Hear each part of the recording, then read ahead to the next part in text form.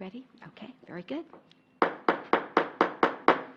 Good evening and welcome to the Leon Valley City Council meeting. We're so glad so many of you could join us this evening.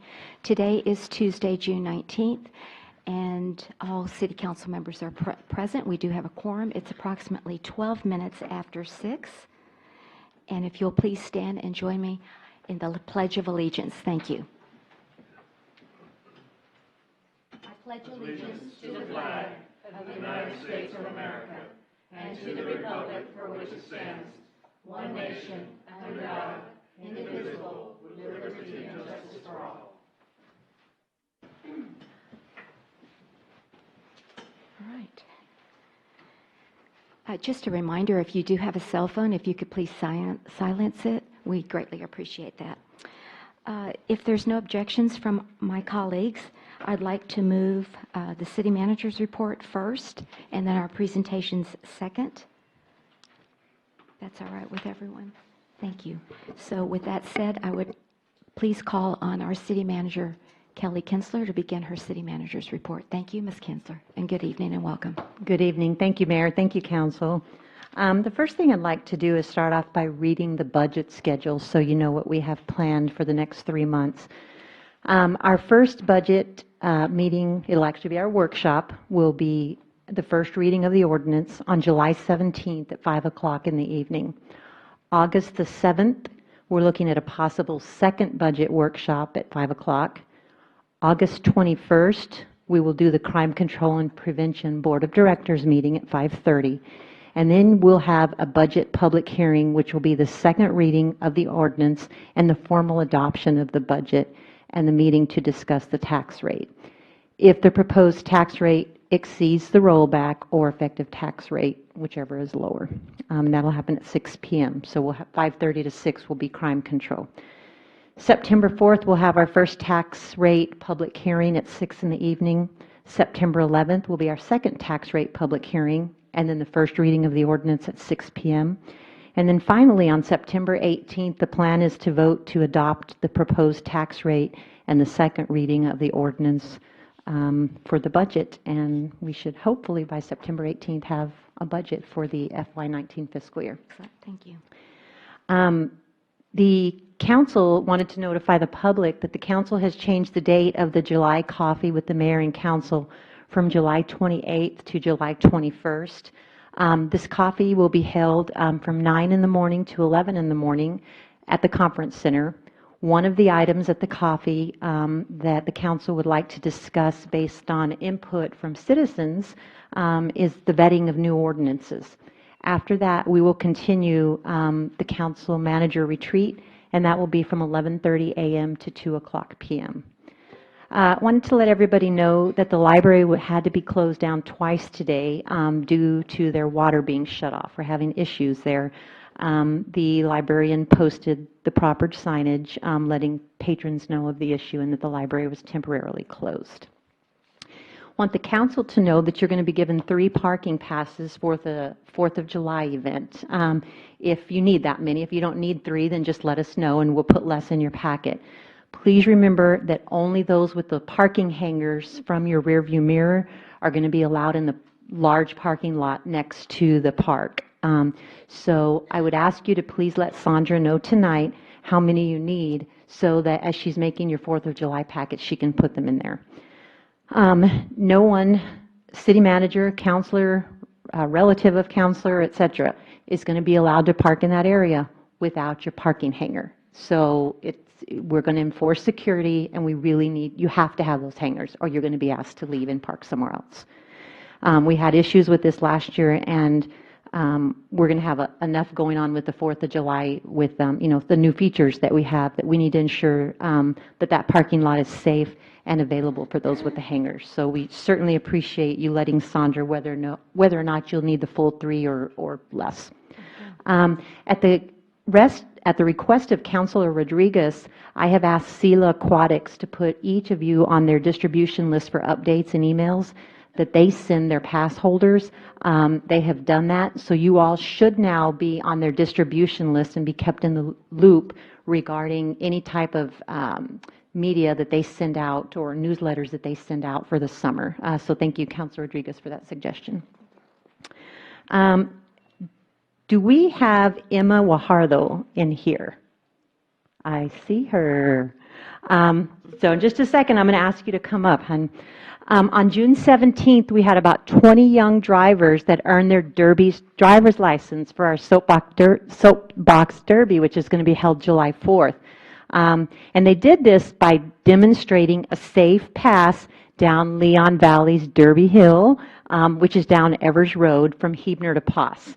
The drivers and the Derby volunteers trained for 2 hours, and they had a lot of visitors, especially from the neighborhood, come out and watch the action. So next up, the entire team is going to practice on July the 1st from 6:30 to 8:30 in the morning on that same track to prepare for the big Soapbox Derby race on July the 4th. And I really want to thank the neighbors, up and along Evers Road, for being so kind and so patient and letting the kids travel down that street during that time frame, because we do have to close off the road temporarily, but it'll ensure a safe event for everybody. So in other Derby news, I would ask that Emma Wajardo, who's from here in Leon Valley, come up and meet me right here in the middle, along with both of the Bannises, please.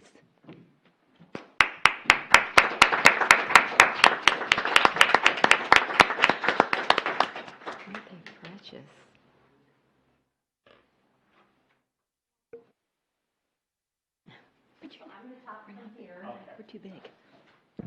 So everybody can hear. Yeah. So as you know, Chief Valdez from the fire department has been coordinating this Soapbox Derby event for us.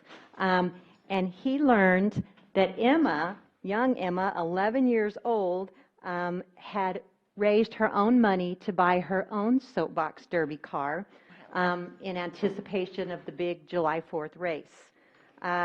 So what we've done is we've immediately made qualifications or accommodations, and we qualified her to drive because we were not aware that she wanted to drive. We already had our cars and our drivers set. So we got that part fixed. She actually made several safe passes, so she has her Soapbox Derby driver's license. So congratulations, good job. We're excited. But the really neat thing is the community spirit and the inclusion of the Leon Valley businesses behind this Soapbox Derby race. The Bannises from Bannis Towing found out about Emma's Soapbox Derby car and that she had raised the money and bought it herself. And so first of all, the first thing they wanted to do, and that we want to do as the city of Leon Valley, is recognize Ms. Guajardo for her determination and her spirit and her drive. So good job. Yes. Good job. And yes, absolutely. Can you come up here for a minute?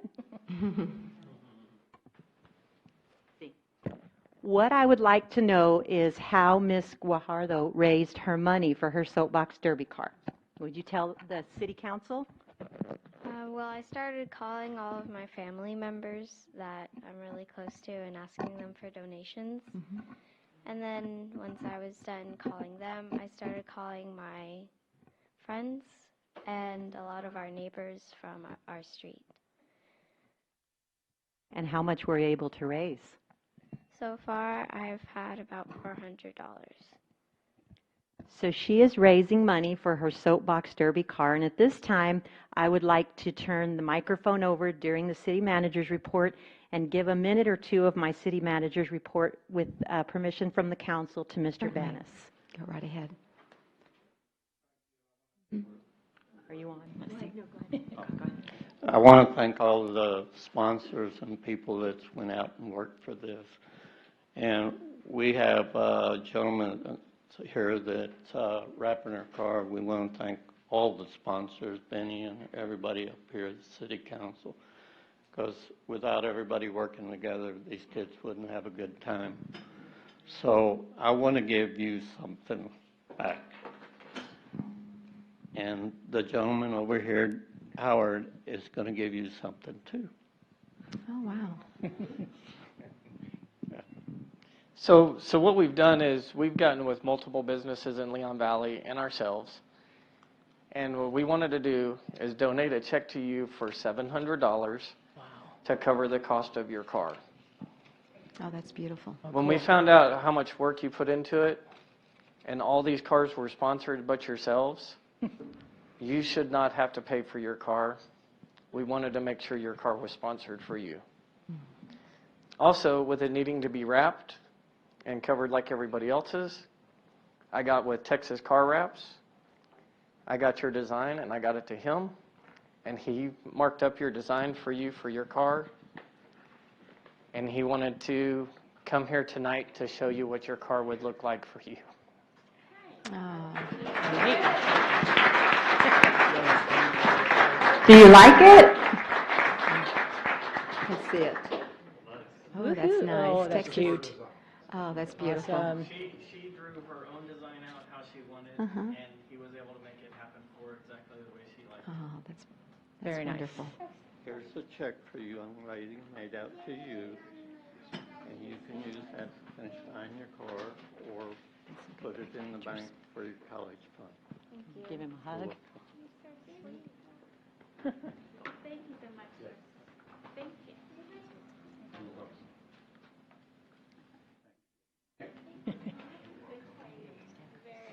So whenever the car comes in, just get with the chief and he'll get us and we'll get the car over to him so you can get it covered up for her. We're looking at Wednesday or Thursday. And Miss Emma has something to say.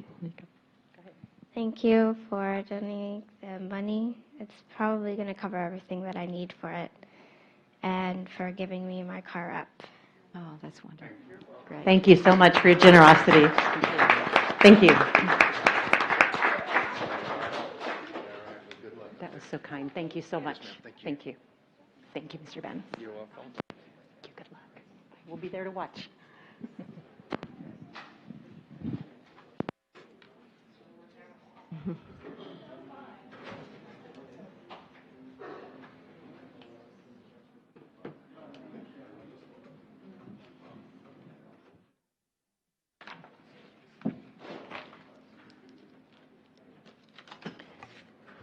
Okay, Mayor, Council, to complete the city manager's report, upcoming important events, the next regularly scheduled council meeting is for July 17th, and that's the day that we will have the budget hearing.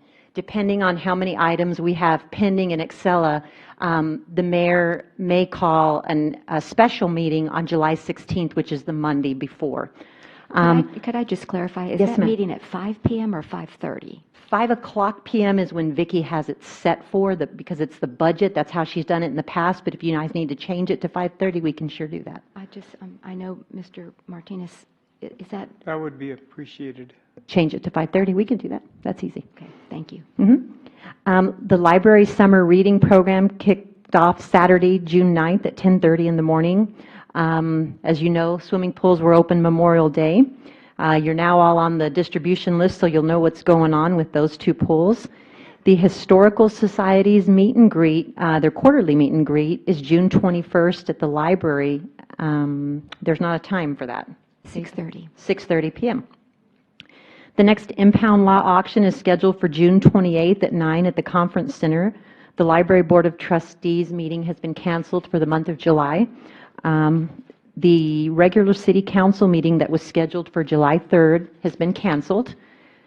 City Hall will be closed in observance of Independence Day, July 4th, but of course we'll really all be across the way with all the various activities that we have going on, which include the Pioneer Firecracker Fun Run Walk, 7:30 in the morning, the parade at 9:30, the Soapbox Derby races at 11.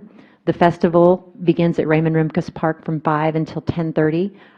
The fireworks spectacular will happen around dusk. Committee meetings for June, the Pool Advisory Committee met last night. The Police Advisory Committee will meet tomorrow night, and the Zoning Commission meeting will meet June 26th at 7 o'clock p.m. right here in these chambers. And with that, I would stand for questions. Okay, thank you very much. I just had a question about the library closing today because of the water. Did that have anything to do with our construction on Evers Road? No, ma'am, not that I'm aware of. Thank you. Just wanted to be sure.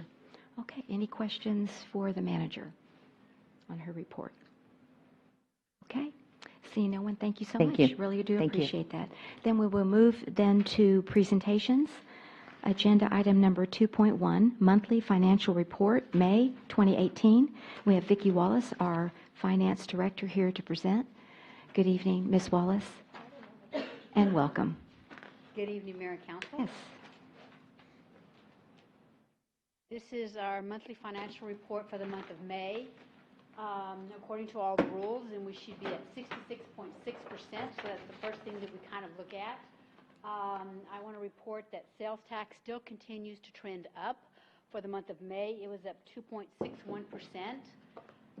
You can see the franchise fees are down, and again, that's partly because of the CPS payment that we've talked about. How's that?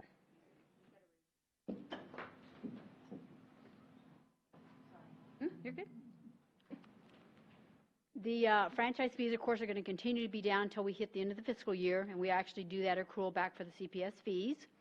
The big thing that stands out in revenue as far as general fund is the license permits, fines, and fees, which in part is due to the impound lot and the red light camera, and I'll get to another slide for that in a minute.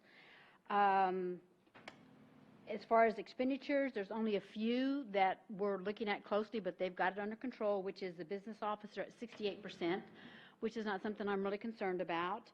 The fire department's at 68%, and it's something that he already knows about, and he's going to take care of it. And the rest of it, I don't really see any problems with that whatsoever as far as expenditures in the general fund. Right. Can I just make that sales tax looks like it's not tracking, but it is because it's only 4 months, right? 4 or 5? That is correct. Right. Yeah, because So I just October and November is always accrued back, because October is for August and November is for the month of September. And But we accrue it back. Overall, how much are we up for the year? 61%. 2.61%. Okay, Yes, thank ma'am. you. As of May. And As then of when May. we get to the next month, it's even better. Okay, great, thank you. Always good news. Water and sewer, Mhm. again, last year at this time, we've talked about the revenues and how that's hitting, and we were at 1.27, and we're at 1.26. Mhm. So we're down a little bit. We're at 63%, 64%. So we're still watching and monitoring that very carefully. That's one of the things that you sometimes you can't control, what the weather does and how people conserve. Mhm. That's one of the caveats of water. Same thing with electricity. As far as their expenditures, everything that they have is tracking really well, their expenditures. Community center fund, here's the one thing that I had talked about before, that I was worried about the hotel tax, and I said when we got to May, it was going to straighten itself out. So as you can see, this same time last year, we were at 31,000. We're at now 43. So that is for the quarter that ended in March. So we won't see a change in that until end of July, when they have to pay the next quarter, which ends in June. But right now, we're doing great in hotel tax. As far as the rental fees, they're looking a little bit better than what they were. They're still not where we would like them to be, but you can see last year for the community center, they were at 30, we're at 25. We're still down, but it's a lot better than what it was. And the conference center is now up to 16, which if you remember was really low at one point in time. So it's starting to look a little bit better than what it did. And I was just going to ask you on the expenditure, were we able to replace the air conditioning unit? Yes. Okay, so Yes. that's within that expenditure Yes. figure? Yes, Okay. ma'am. It is Very done. good. Yeah. We'll All work right, on that. thank you. And so for the economic and community development, now the major part of this, it is in the general fund, but we pulled this slide out separately so you can see it. So you can see their sales tax is the same as the general fund. We're 2 months behind because of the way we accrue it. And so they're at 147,884.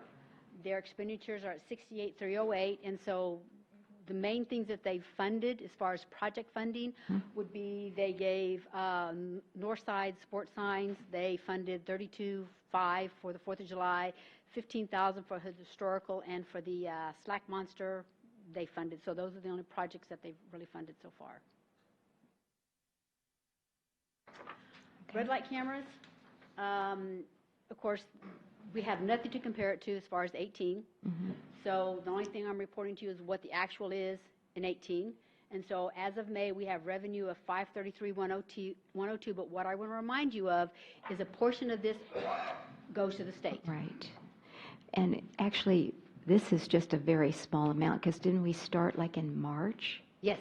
So it's We- March, Yes. mid-March to now, to the end of May is what Correct. this reflects. Okay, very good. So Correct. one half of the 533 goes to the state. Well, not one half of that. It would be after the administrative costs that we have to Okay. run the program, then the state gets a half of that. Okay, And that's then right. the other half of that, we have to use to fund our traffic safety program. Right. That's the tier 2. Yes, ma'am. Tier 1 is the actual administrative cost of the program, and Tier 2 is our traffic safety program. Okay.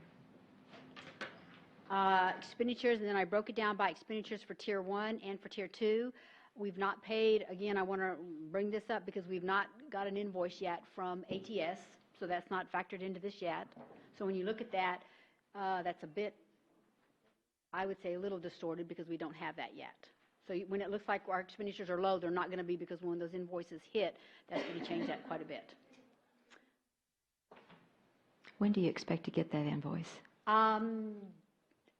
Joe, within the next, because they had called, or David had asked me about it, and I said, no, I've not received any, so he made a phone call, and that was last week we talked about it. So I can't imagine them waiting much longer to give us an invoice. Okay. All right, so we should see it possibly in the next monthly report? Hoping. Okay. I would think that they would want to get it paid. However, we only have, we've already done our AP for this week, so we only have one more AP next week for the month of June. So after that, then it would fall into July. Okay, all right. And would that be for all of the months or just? Yeah, all the Okay, months. all of the months they'll bill us. Okay. I mean, if we owe it, I want to pay it. I Sure. want them to bill us for Yeah, whatever we owe exactly. from the beginning until whatever the current period is. Okay, very good. Okay, very good. And so then for the impound lot, we have 109,993 as far as revenue from impounds, and then from auction 63,090. And then we have, of course, your personnel, supplies, contractual, which amounts to 76,827. And again, is this from the fiscal year 10-1, this budget? Yes. 10-1, Yes. right? Yes.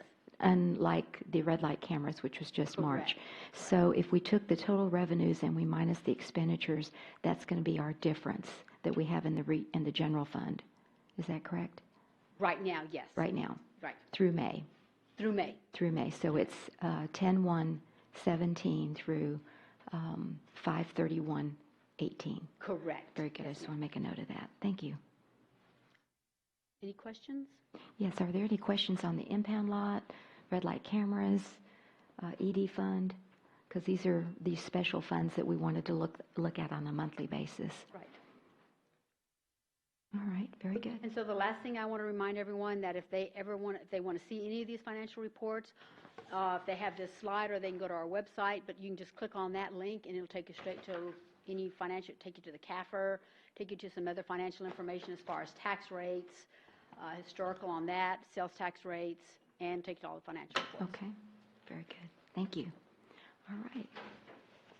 Appreciate it, Vicki, and we'll see you next month. All right. So our next presentation is Economic and Community Development Advisory Committee Annual Report. We have Joseph Nazaroff, the chairman of that committee. Yeah, Good evening, everybody, Joseph, Mayor, and City welcome. Council members and Really- members of the audience. Yes, good to see you. Thank you. This is the first time I've done this, so if I get a little erratic, let me know. As you know, last year, the citizens of Leon Valley decided to not necessarily dissolve the Economic Development Board Corporation, but they renamed it or restructured it. And on April 18th of last year, this council has authorized an Economic Development Advisory Committee. So we became an advisory committee versus a board. And our duties are similar, and I believe because of that, the city gets it's the best of two worlds. The city obtains greater control of the 1/8 sales tax revenue, and also the advisory committee has a better control of generating applicants and make sure that the money is spent according to the wishes of the taxpayers. So I've been very proud of what we've been doing this last year, and I'll just give you an overview of what we've done. This is not in any kind of sequential order. So we continue to provide the 50% reimbursement for signage. on approved projects, providing all the documentation is correct and verifiable. So that's something we continue to do. We have funded every year since I've been doing this, the 4th of July event, and this year is no exception.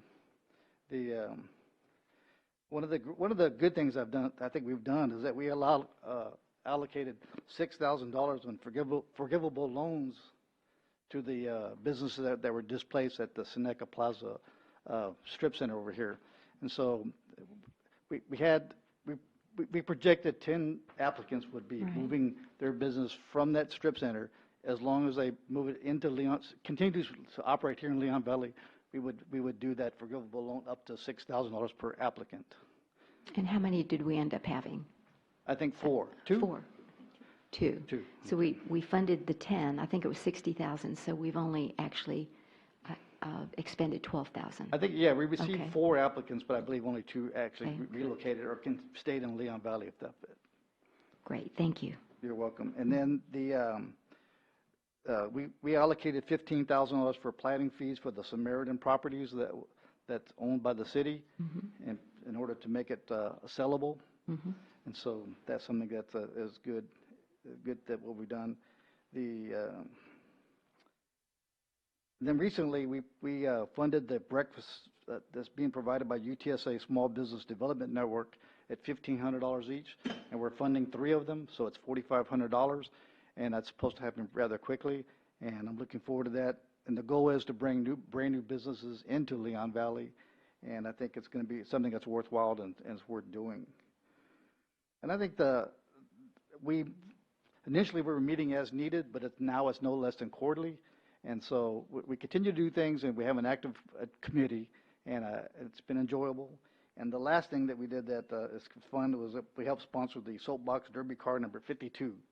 So that's my report. It's not 10 minutes, but I'd be glad to answer anything that you like. Okay, who's car number 52? Who's car number 52? It's the cities. Oh, it's the city. When was Leon Valley established? Oh, hello. Wait, have you said 1952? I might have, but 52? Okay. I think So this is car what number this is. 52 is the city's car. Okay. Correct, yeah. Did y'all I think know we that, or am I partially just? sponsored it. Okay. I was in the dark Okay, of that. you were in the dark too. Okay, good. All right, very good. All right. Anything else? Any questions I can answer? Yes, we actually have on the consent agenda this evening, Mr. Nazaroff, to approve that $4,500 expenditure for good. the call. And we the were talking breakfasts. about some projects at the silo property, and it's not been finalized for us yet. We're not clear what needs to be done. I think that's also being presented this evening. You're right, it is being presented this evening, and then during that July 11th meeting, we're going to bring that project back to you with Melinda Moritz as a presenter, so you get the history of it.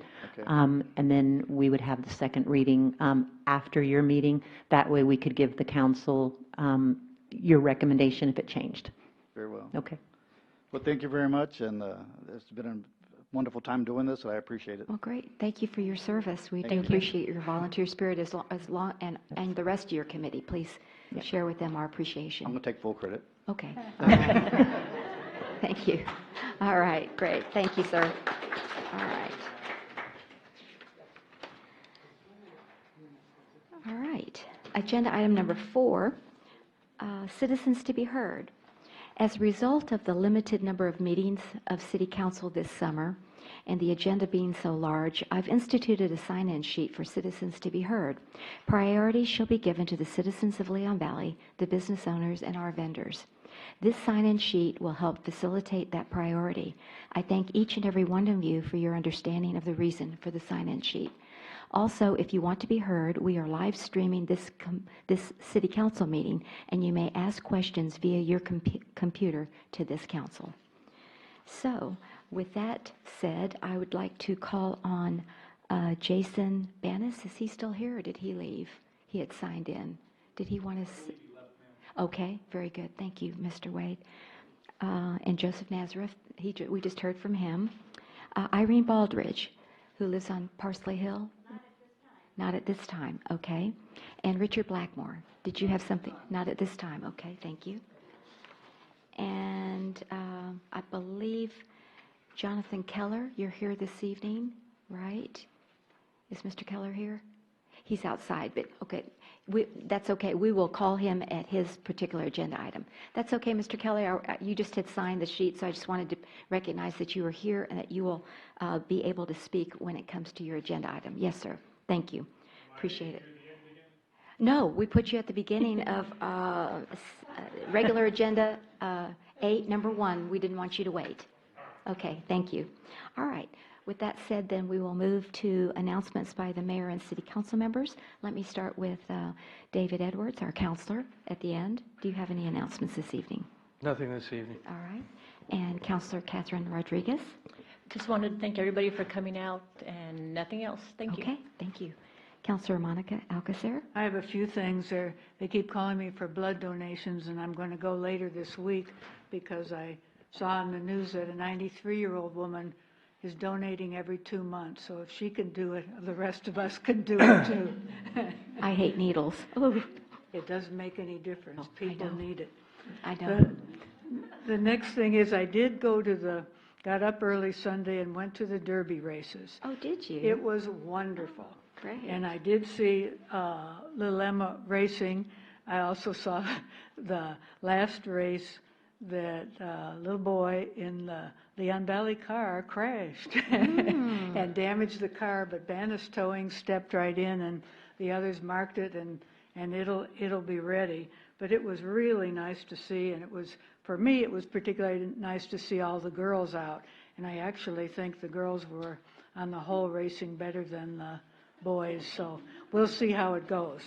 While I was there, I met a man who travels about in a wheelchair. He had one of the children there too, who did very well, and he wanted me to pass a message to Miss Moritz, and the trail at the park is in need. He has extreme difficulty getting his wheelchair around the park when he's trying to walk with his family. Okay. And I also would like to commend Melinda on the exercise equipment. I went by and tried out one of them, and it was a disaster. In Raymond Rimkus Park or another No, not in park? Raymond Rinkus Okay. Park. I did the Ridge Park. The Ridge, okay. And that's the only thing there. And It was it's a challenge. very challenging, to say the least. I did fairly well on one of the 8 items, and almost nil on most of the others. On what we used to call the monkey bars, I did get 2 before I jumped off. But I recommend, I have a long way to go. I recommend you get out there and try, see how good you are. And finally, my favorite thing, be good and kind to one another. Thank you. Very good, thank you. Counselor Martinez, Benny Martinez. Next weekend, starting at noon Saturday and going through noon on Sunday, ham radio operators around the world will get together, what they call Field Day. There's 2 clubs that are going to be operating. The club I belong to, Alamo Area Radio Organization, will be set up at the American Legion Post on Grossenbacher out I-90. We'll be operating there. And another club here in town, San Antonio Radio Organization, will set up at in front of Chavano Park's police station. So if you want to see what ham radio is about and you want to, come and see it, a lot of the clubs will have free food. But if you want to talk on the radio, they'll let you talk. You never know. You may make contacts around the world. But it's a fun event. So if you want to come out there and enjoy a little bit and learn a little bit about amateur radio, feel free. Thank you. You're welcome. Counselor David Jordan. Yes, ma'am. Thank you, Madam Mayor. Last week, I attended the Citizens Emergency Response Team training, which had to do with the psychological well-being of the responders. It was great training. It was the Bexar County and Alamo area CERT team. It was a great training, and actually we have one here in Leon Valley. I think Assistant Chief Wade is in charge of that, so we need volunteers. In the event the emergency happens and all the other responders are tied up, we could use your assistance. So if you consider doing something like that, let Chief Wade know, and he'll be able to get you the information. But Very good. thank you. Thank you. All right. I just had a few things. You mentioned Sela Aquatics. I want to encourage, if you're not a member, become a member.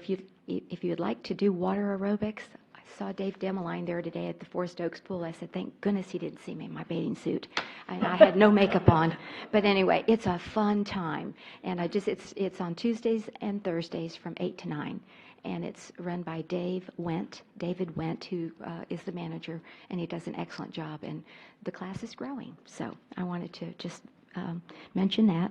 And then also congratulations to our Leon Valley Fire Department for organizing, and then the participation of all of our citizens on the MPO Walk and Roll Challenge. We are an award winner, runner-up in one of the categories, and I can't remember, Chief, what the category was. I know Lisa would know. But anyway, it's just, excuse me? I'll get our host. Okay, you'll get our host. And Lisa organized it on computer. I don't know if y'all got the emails. Lisa, we got the runner-up in what category?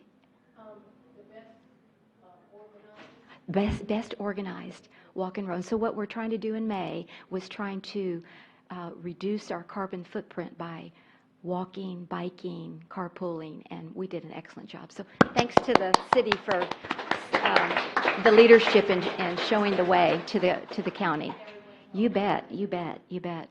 And last but not least, we had an excellent board retreat last Saturday, and I want to thank my colleagues for being open and trying to work together. We are working together to move the city forward, so I do appreciate your time that you gave. All right, so with that, yes. Yes, Mayor, one more item. I wanted to let everybody know that we have a new PhD in our Leon Valley family. Oh, yes. I would like Dr. Crystal Caldera to stand up, please. Way to go, Crystal! Several of us got to watch her defend a week or so ago. I'm sure she remembers to the date and minute. But I'm extremely proud of her working full-time, having a young child that she's an excellent mother to, and in addition to that, being an excellent student and earning her PhD is quite the accomplishment. So I'm extremely proud of her and wanted to make sure that you all knew. Thank you for that. I'm so glad that we remembered. Thank you and congratulations, Crystal. All right, then we'll move to the consent agenda. Is there any of the consent agenda items 1, 2, or 3 that the counselors would like to remove for discussion? Seeing no one moving to remove, yes. May I have a motion? Accept them as presented. All right. Second. We have a motion by Counselor Alcacer and a second by Counselor Jordan to approve the consent agenda items as presented. All those in favor say aye. Aye. Any opposed? The motion does carry. Then moving on to agenda item number 7, which is our second readings of the ordinances that we took up at the last meeting. Ms. Pasolé, would you please read ordinance number 7.1? An ordinance of the City of Leon Valley, Texas City Council authorizing a budget adjustment in the amount of $285,000 to the fiscal year 2017-2018 stormwater. Excuse me, my computer just went out. Uh-oh. Would you? Oh, no. You've got the ordinance. I've just got the agenda item. Yes, ma'am. So I can't, Since I'm I can't streaming, help I want to you. get my computer working. I was going to say, I'll continue to read it for you, but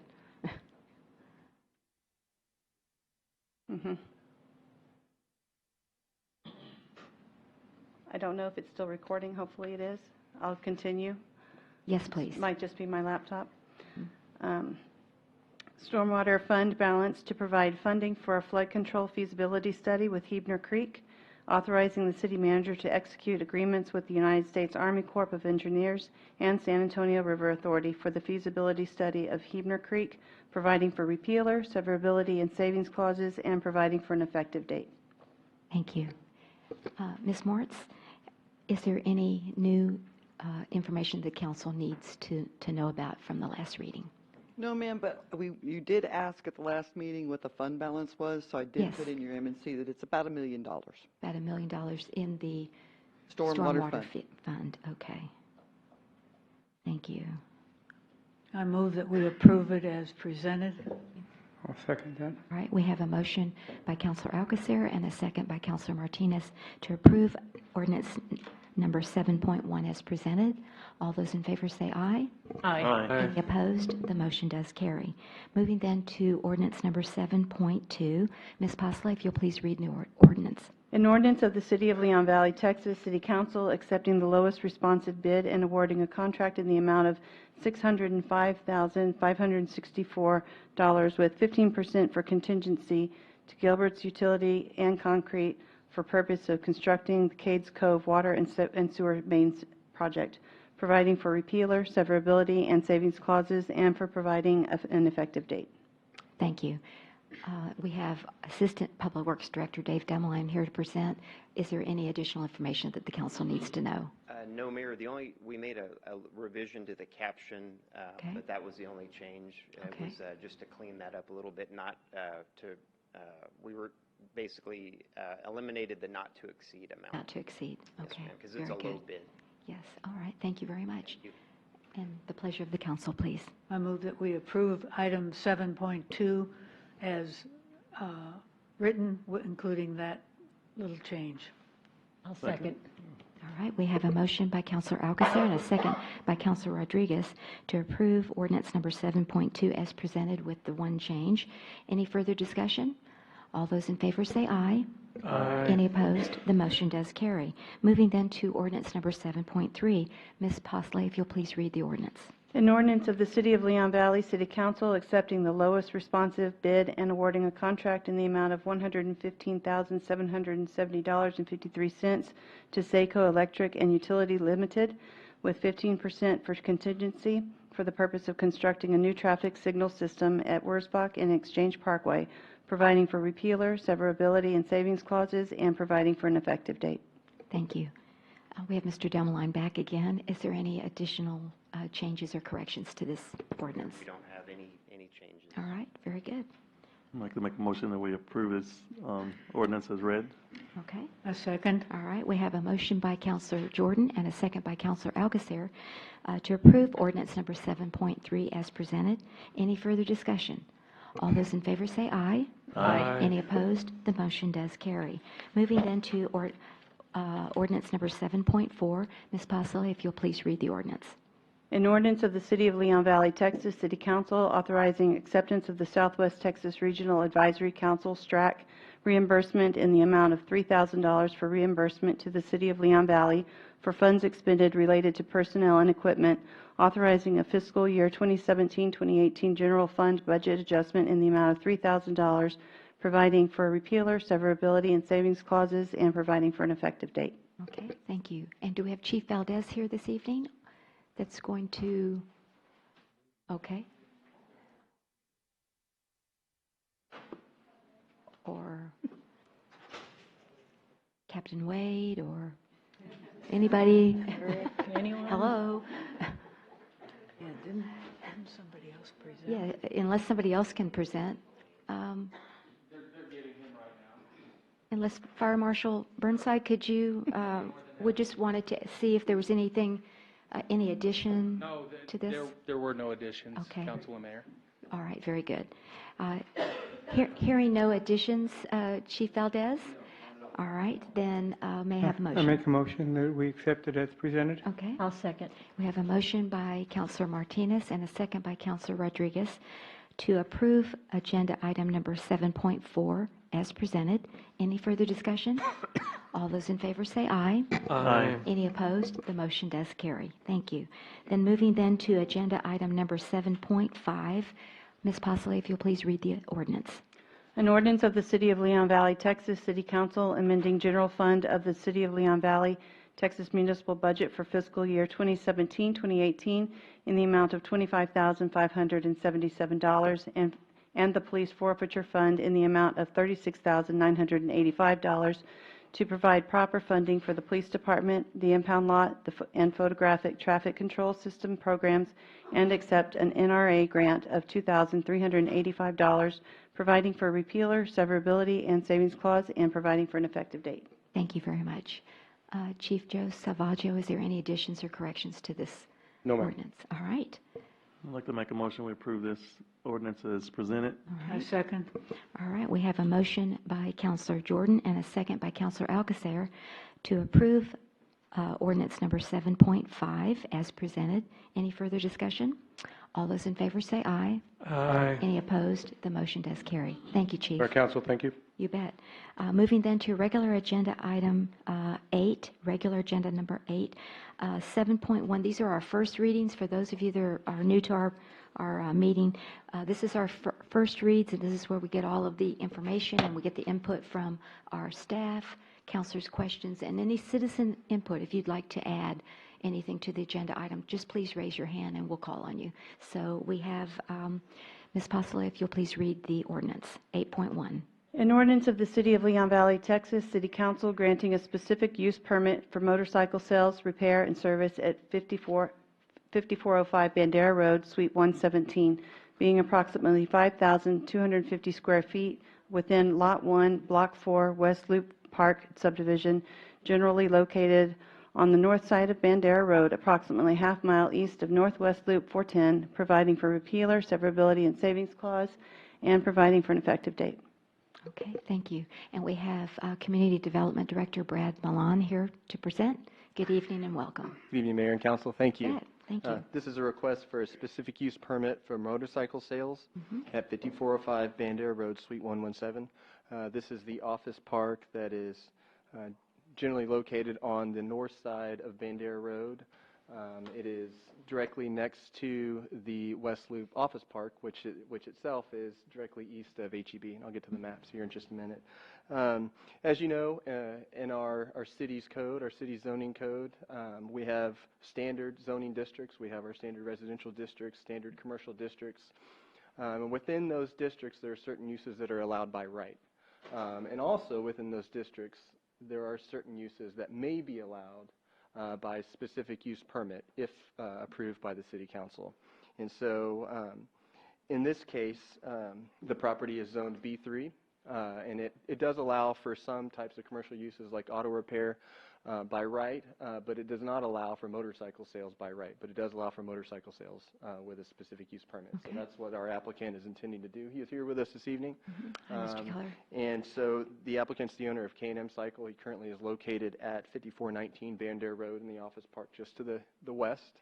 And he came before the City Council just over a year ago to request the same request, a specific use permit, so he could perform motorcycle sales at that location. But he's planning to move to a larger site just to the east, and because specific use permits don't transfer with the business, they stay with the land, he has to make the same request this evening. Okay. So with specific use permits, there are certain things the staff looks at in their review. We look at higher level concerns. We also look at technical concerns. So regarding the higher level concerns, we look at conformance with the comprehensive land use plan. In this case, the comprehensive plan discusses the need to make sure that commercial uses do not abut residential uses, and in certain cases making sure that we have proper buffering. So we looked at that. The comprehensive plan calls for this area to be commercial, and there are no abutting residential uses. The nearest residential uses are located about 450, 500 feet to the east. And we also look at existing uses and existing zoning. So the uses to the north, I'll go ahead and go to my map here. There's an existing zoning map, so this entire area is generally zone B3. We have a little bit of B2 here, and then you have your residential uses to the east. And so to the north, you have Daughtry Road and Evers Road, and there's a middle school north of the site. Property to the south, you have Intertech to the south. You have industrial zoning. And to the east, you have additionally more commercial. And to the west, you also have more commercial. So generally, what's surrounding the property is consistent with commercial uses. Regarding technical considerations, there's really three things that staff was concerned with looking at: traffic impact, parking, and noise. As far as traffic impact, our code requires the middle of a traffic impact analysis to show that you're not meeting any thresholds that would warrant additional traffic analysis. We determined there was not a need to take a closer look at that. Regarding parking, there's substantial parking at the location, at the property. There's about 30 spaces directly adjacent to this particular suite, which you can see here. There's properties lined with parking, so there's about 30 spaces just adjacent to the property, or to that particular tenant suite. Code requires 30 spaces, so we think that parking is fine. So really the primary consideration we were looking at was noise. Our city does have a noise ordinance that has particular time frames, requires noise to be kept under, I think, 0.75 decibels. And so we have separate noise regulations that govern that, so there isn't a need to write that into this particular consideration. So the noise was really two factors: noise potentially produced by the business, and noise produced by customers. And so, like I said, we have an ordinance that looks at noise by the business, and as far as noise produced by customers, we talked extensively at the zoning commission meeting about that and determined that the effective way to regulate that is by regulating business hours. So with that, staff recommends approval of this request, subject to the conditions passed along, conditions for recommendation passed on by the zoning commission, which were generally consistent with staff's original recommendations. And those conditions are included in your staff report. And those conditions are no operations may occur outside the building, including operating, testing, monitoring of motorcycles or other vehicles. No outside storage. Limiting business hours from 8 to 6 Monday through Friday and 10 a.m. to 5 p.m. on Saturdays. And that the specific use permit, the ordinance, limit this use to the specific tenant suite indicated in the site plan.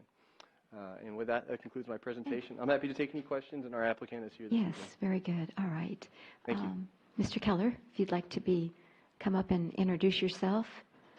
And let me ask my colleagues, are there any questions for Community Development Director Milan or Jonathan Keller? And would you like to say something on your application? Pretty well stated just about everything that need to be said. Okay. Like you said, zoning went pretty long-winded. It was about hour and a half, 2 hours talking at that point. If you guys want to know any of that information, I'll be glad to answer it.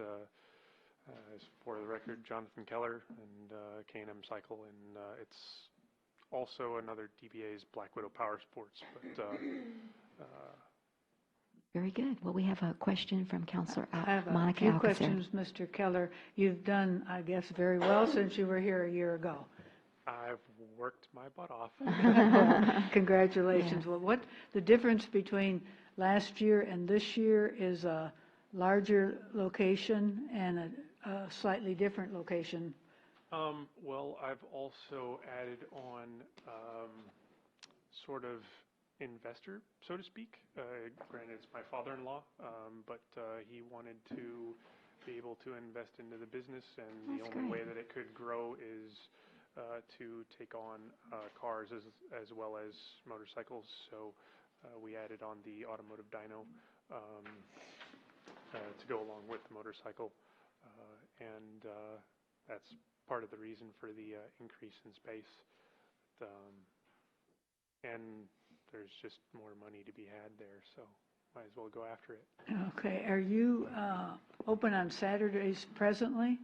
I am appointment only on Saturdays presently, and that's based on whether I feel like doing it or not. Okay, because I noticed in your application you didn't ask for it, and yet the zoning. Yeah, we left an opening there because, I mean, this is just a starting point to grow from. So hopefully I'll be growing in that direction, and we'll see how many employees I'm able to obtain and bump out as many machines as I can. And I was curious that a couple of the zoning commissioners who had approved it last year weren't as agreeable this year. Do you have any idea? It was a matter of the details, not necessarily the overall thing, but I didn't get to ask them individually why.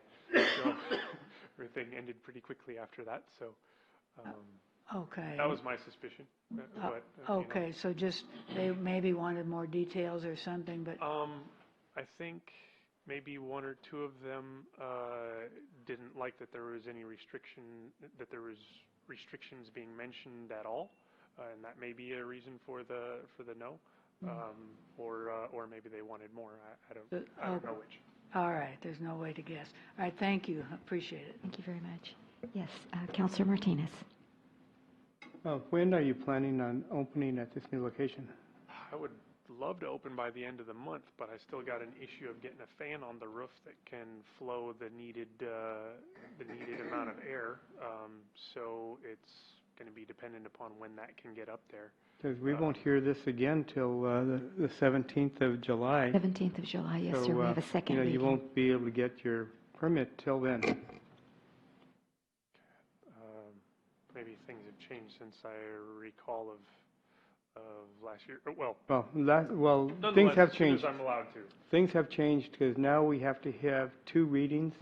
So Right. this is the first reading of this ordinance. Okay, and so next month, because of because of the 4th of July or the 3rd of July, we canceled that Yes. council meeting. Okay. That's when we would have had the normal second reading.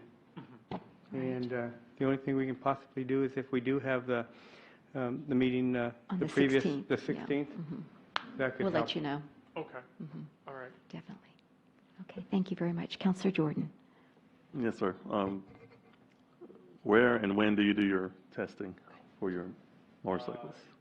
Currently, there's I've changed the purpose of one of the rooms within the suite. That room is 1,000 square feet. I have lined both walls, or all the walls in there, with sound-absorbing material, doubled the thickness of the wall to the adjacent unit. I've also tested how much sound is going through that wall. The initial construction plan was for 60 decibel reduction. It's exceeded that, so it's able to reduce what I thought was possible. So, but the doors to the back of that are still going up. I just got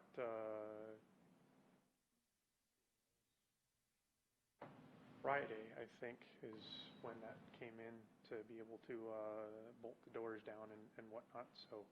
Getting electrical turned back on because they stopped that momentarily, and I should be able to finish up that and have all testing will be happening within that portion of the 1,000 square feet as far as full throttle, sort of testing, and then the rest of the suite. I'm not sure whether it's going to be 3 or 4 lifts in the back yet. I'm trying to figure out what's going to fit, but I currently have one, and probably later on I'll add the other ones down the road for all the repairs that go along with the testing. So.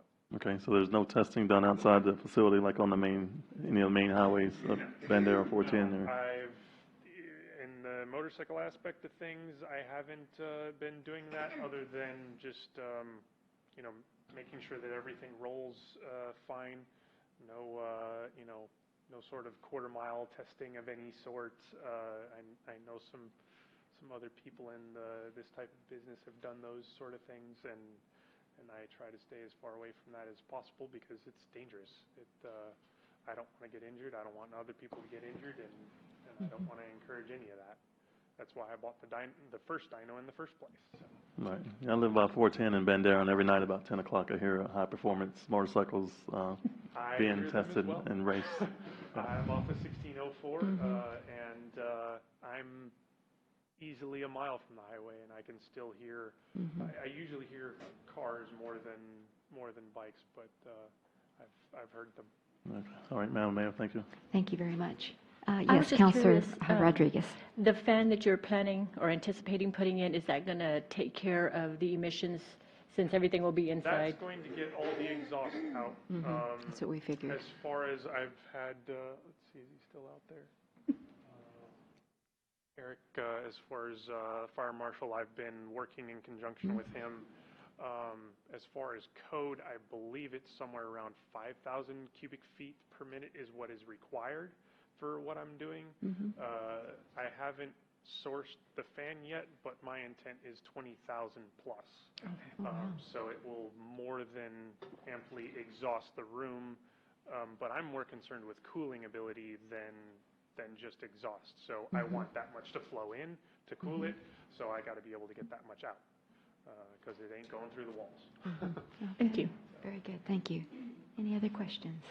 Okay, any questions from our citizens this evening on this particular agenda item? Okay, well, thank you, Mr. Keller. We will let you know when the second reading will be. It'll either be July 16th or 17th. Okay. And as you saw earlier, we pretty well, unless there's a change, we pretty well tend to approve those ordinances as presented. So, all right, thank you very much. Do appreciate it. All right, take care. Moving then to regular agenda item number 8.2. Ms. Postley, if you'll please read the ordinance. An ordinance of the City of Leon Valley, Texas City Council amending Article 6.05 of the Leon Valley City Code of Ordinances to entitled Smoking Regulations to increase the age for sale of tobacco products to 21 years of age, amending Section 6.05.007 to Section 6.05008, establishing enforcement authority, establishing penalties and fines for violations, providing for publication, providing for repealer, severability, and savings clauses, and providing for an effective date. Thank you. And we have Mario Martinez from the City of San Antonio here to present. Thank you and welcome back. We all met you at the coffee on April 27th, I think, where you presented this to the citizens and we wanted to present this to the council. So thank you. Thank you, Mayor, and good evening, Council. Good evening. For this opportunity. You bet.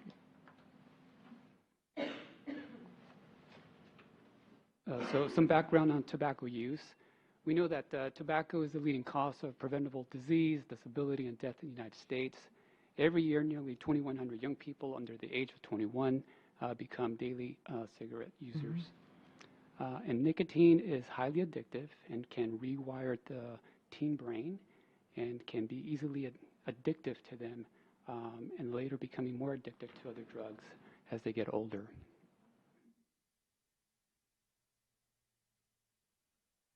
Since the mid-1990s, we have seen declines in daily use of cigarettes among middle school and high school youth.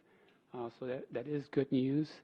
What you see here is a chart that goes up to 2015. But just last week, we did receive information that the trend continues to decline to 2017. So that is good news. However,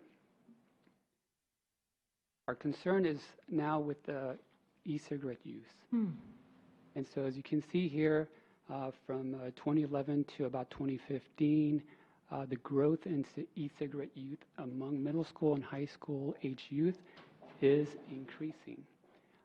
So that's a concern right now, not just at the local level, again, state, and also at the national level, we're seeing similar trends.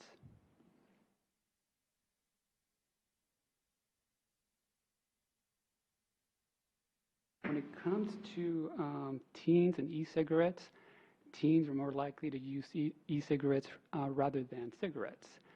And what we're seeing among our middle school all the way through high school is that growing trend or percentage of students who are using both cigarettes and e-cigarettes, but more so with e-cigarettes. The National Institutes of Health estimate that about 31% of teens who use e-cigarettes will most likely start smoking tobacco within 6 months.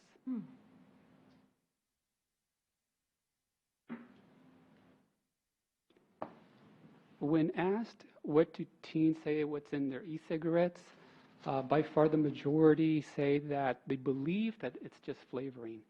And if you don't know about e-cigarettes and what's available, there are different flavors for different liquids in e-cigarettes, like cotton candy, watermelon, cherry, strawberry.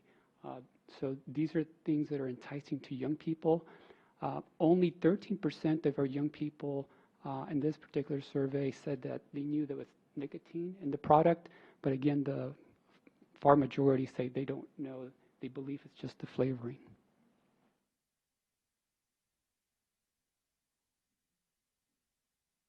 So why raise the age? So for the reasons I just pointed out, but also looking at the fact that 95% of adult smokers began smoking before they turned 21. And while only 2% of the tobacco sold that is purchased by 18 to 20-year-olds, that 2% equates to 90% of the tobacco that is provided to teens across the nation. And that's the trend that we're seeing, not just in major cities on the East Coast, the West Coast, but even in cities like San Antonio and across the state of Texas.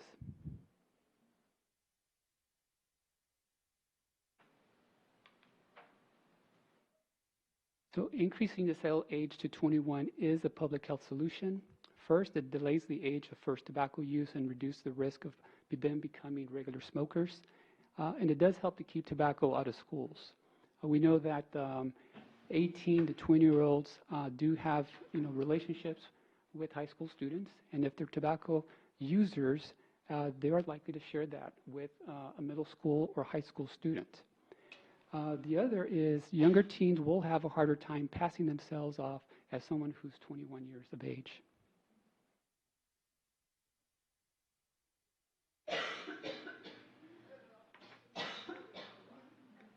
Tobacco 21 is already in place in 290 plus cities and counties and 19 states across the U.S. Approximately 25% of the U.S. population is covered by some type of a city, county, or state law. And on Texas, San Antonio, City San Antonio is the first city to have a Tobacco 21 ordinance.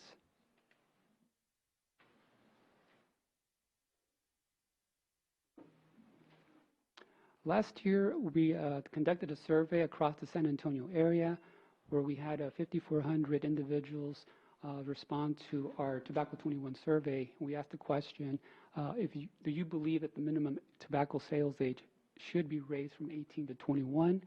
The majority, in this case 78% of the respondents said yes. So they agreed with our recommendation to our City Council.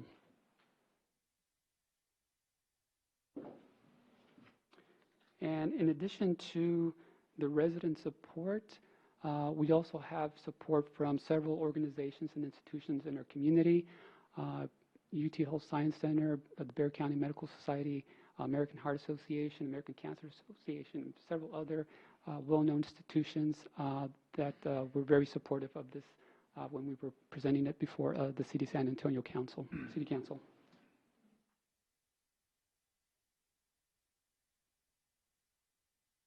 In regards to our timeline, it took approximately 4 months from the initial introduction of the Tobacco 21 initiative to our city leaders and community leaders to the passage of the Tobacco 21 ordinance on January 11th of this year. So currently, the City of San Antonio, with some partners, we're working on educating retailers and also the community members on the Tobacco 21 initiative. With the effective date for the ordinance is October 1st of this year.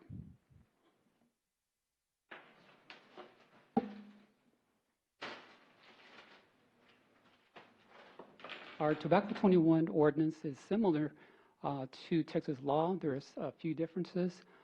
So the age group, when we look at state law, it addresses the purchase, use, and possession for those under 18. Under the City of San Antonio ordinance, we cover ages 18 to 20. In regards to tobacco retailers, under Texas law, a violation of the sale is a misdemeanor, and there's a maximum fine of up to $500. The city ordinance mirrors state law in this regard, with the difference of just raising the age restriction from 18 to 21. In regards to youth, which is purchase, use, and possession, Texas law does have enforcement. A violation of youth who are found to either purchase, use, or possess a tobacco product is a misdemeanor with the maximum fine of $250. In the City of San Antonio ordinance, we do not have an enforcement piece for this. And this is the direction we've received from our mayor and city council. They pointed out social justice concerns with minority youth in our community. This is a part of the ordinance that actually is reflective of other major cities that had Tobacco 21 ordinances, and they had that removed. It was still an effective ordinance in their communities.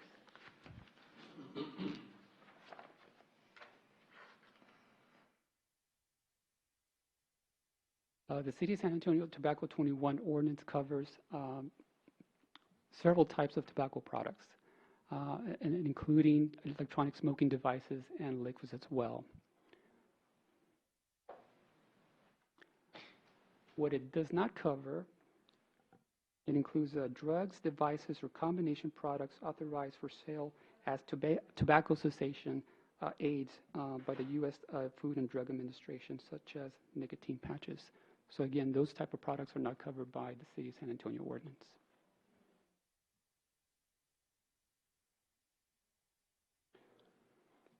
So for enforcement, again, the effective date within the City of San Antonio is October 1st of this year, led by the Health Department. We will have our health inspectors be the enforcement piece for the Tobacco 21, where they will verify the signage and also employee acknowledgement forms during annual routine inspections, very similar to state law with the Texas Comptroller's Office. Beginning January of 2019, we will have unannounced compliance decoy visits. Those will be done random selection of retailers within the City of San Antonio. And so we expect to do about 100 decoy visits every year. So that way it's a part of the enforcement piece that was also found to be effective in other major cities across the U.S. That concludes my presentation on Tobacco 21. Be happy to take any questions. I have a question. Thank you. Yes, Councilor Rodriguez. I know years back when I was employed with the City of San Antonio in the Youth Services Division, we used to, when a juvenile was charged with a minor in possession, you know, they would have to go through counseling services. Now, what I was noticing is that going to stand? Would that still be, something like that be valid once that takes effect here, or if it does in Leon Valley? So our ordinance does not include an enforcement piece for young people, and we've had that question from the community. We're not going to be looking for individuals who are, you know, smoking or having possession. The kind of the center of the ordinance is around the sale and distribution of tobacco products. So what would it take then in order to, because I mean, I can understand the not selling to a minor or raising the age, but that to me doesn't seem like it's going to help solve the problem. What happens with the minors that get caught? What services, if any, would be provided for them? So there are continued resources through the City of San Antonio, including education. So currently we're working with the area school districts, nonprofits that work with young people, just to make sure that we're preparing them for the ordinance to take effect, to make sure that they're integrating discussion about the new ordinance into their current tobacco prevention education. And that's something that we're working very closely with them to ensure that that education is available, but also resources as to where to go if they need to look for cessation classes or support. So it'll be a curriculum, a specific curriculum set, hopefully to address those issues? Not specifically a curriculum. There's already existing curriculum that is being implemented and approved through school districts. It's integrating that into that current curriculum. Okay, thank you. Okay, so you talked about decoy checks, and so is that through the Metropolitan Health District? Correct. That will do that? Because Yes. we don't have a Metropolitan Health District in Leon Valley, so I'm wondering who would do that if we were to. Right. So the way it'll work here with the City of San Antonio is we'll be recruiting young adults 18 to 20, very similar to what the State Comptroller's Office conducts for state law. We'll be, recruiting and training, and then they will be going out with our health inspectors to do that compliance visits. Okay, so I guess we could mirror your ordinance, and I guess it doesn't have to be, okay, Denise, did you want to address that? Go Mayor ahead. and So I'm just council, wondering how that's yes. going to work. We have code enforcement officers. Okay, it would be the code then. This ordinance is going to become a part of our code. I've amended the code to include the ordinance, and it basically mirrors the city of San Antonio. All right, very good. And what was the other thing I was going to say? It went out my head. Okay, I was just going ahead of the reason why I thought this was important for us to look at it as a suburban city is because the city of San Antonio has passed this ordinance, but these young people can just come to a suburban city to purchase. So this presentation was presented at both mayors' organizations that I belong to in the region, and so with the encouragement, if the suburban cities would pass a similar ordinance, then it would be much more effective. So Correct. that was what prompted me to bring this to the council. Yes, and then the other thing too is, so the American Heart Association and the American Cancer Society are working towards the next legislative session coming up in January to work with the Senate and the House to bring up some bills to get Tobacco 21 passed at the state level. Oh, good. Okay. I know what I was going to ask you. Education of the businesses. Yes. I think that's important for us to have that Yes. if we pass this. And so how do you do that? Could we, use your methodology to implement it here? I always hate to reinvent the wheel, So how do you do that? So what we've done so far is our health inspectors have visited the tobacco retailers, giving them the information.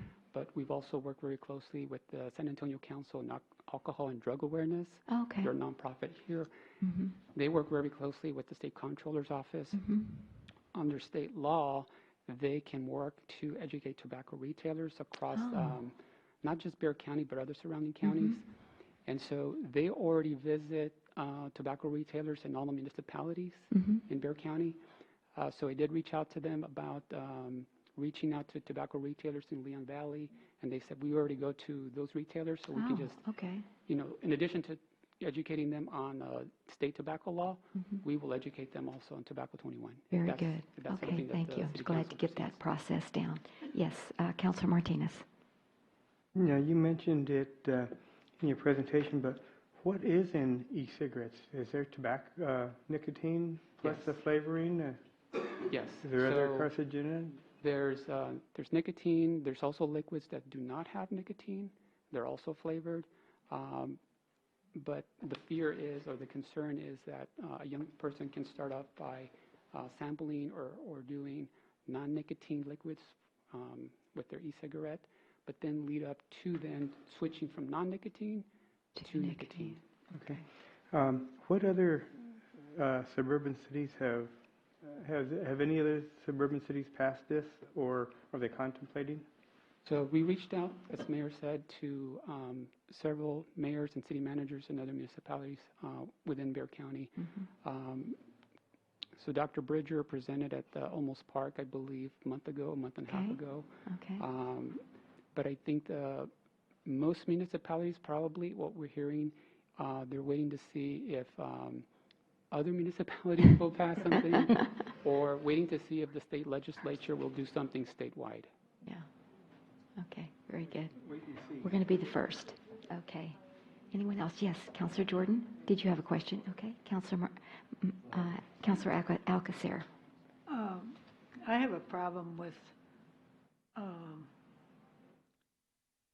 if there's no consequence to the 18, 19, and 20-year-olds, and from my experience with my grandkids in that age group, they say their friends get them for the flavors and have no other reason for doing it.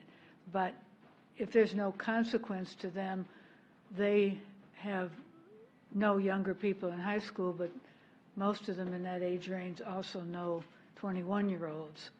I don't see it as much of a deterrent for that age, plus they're out of high school, so for the most part, so there's not going to be much education there, maybe in the colleges if you're lucky to have it somewhere, but I don't see, like, when you're a minor in possession of alcohol, you get the equivalent of a traffic ticket. And what would be, what's the negative about that for that age? So what we saw from other major cities is that tobacco companies tend to target minority youth in the inner cities. And so by having an enforcement piece for young people, we would probably see the majority of those being cited would be minority youth. And so it's sort of looking at, that issue of what other cities have seen, and also taking into account that we have to kind of look strongly at education and having this piece come where you kind of limit the sale and distribution, and then making sure that we're working with school districts and other partners to make sure that we're educating at all levels of our community. But like I said, other cities did remove that piece of the enforcement part and found that it was still effective in reducing tobacco use in their communities. I don't think it'll be nearly as effective as it could be, and it's pretty presumptive to say that when we haven't even tried it. I know many non-minorities who've been cited, but in other types of crime, I think it's more true, but I don't know if in these minor ones, but we'll see. Okay. Thank you. Anything else? Any questions, comments from our citizens this evening? Yes, Mr. Blackmore, good evening and welcome.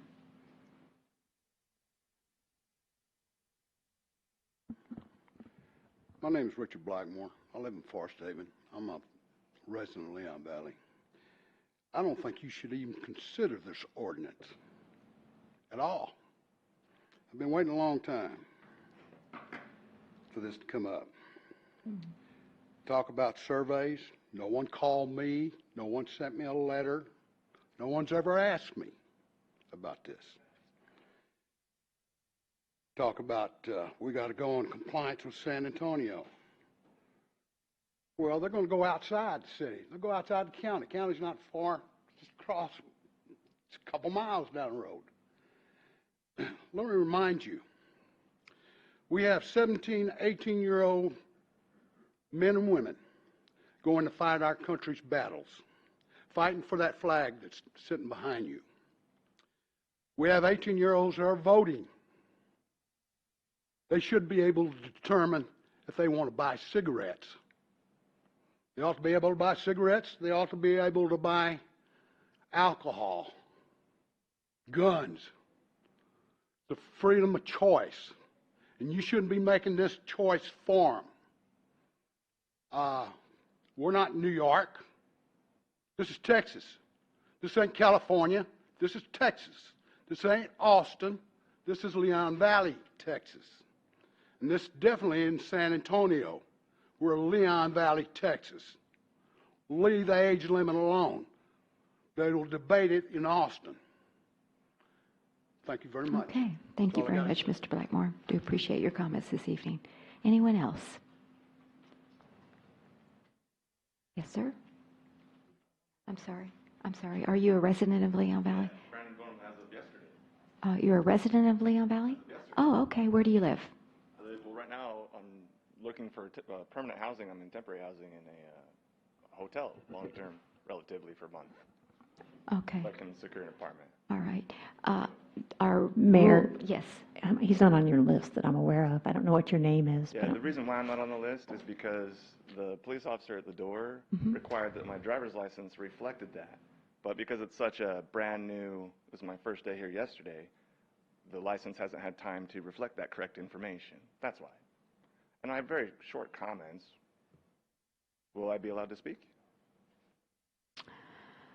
Okay. According to the rules that we just established tonight, I'm sorry, but could you send an email with your, why don't you do that? The rules that you're having right now are just established tonight? Well, no, they were established earlier, yeah. Okay.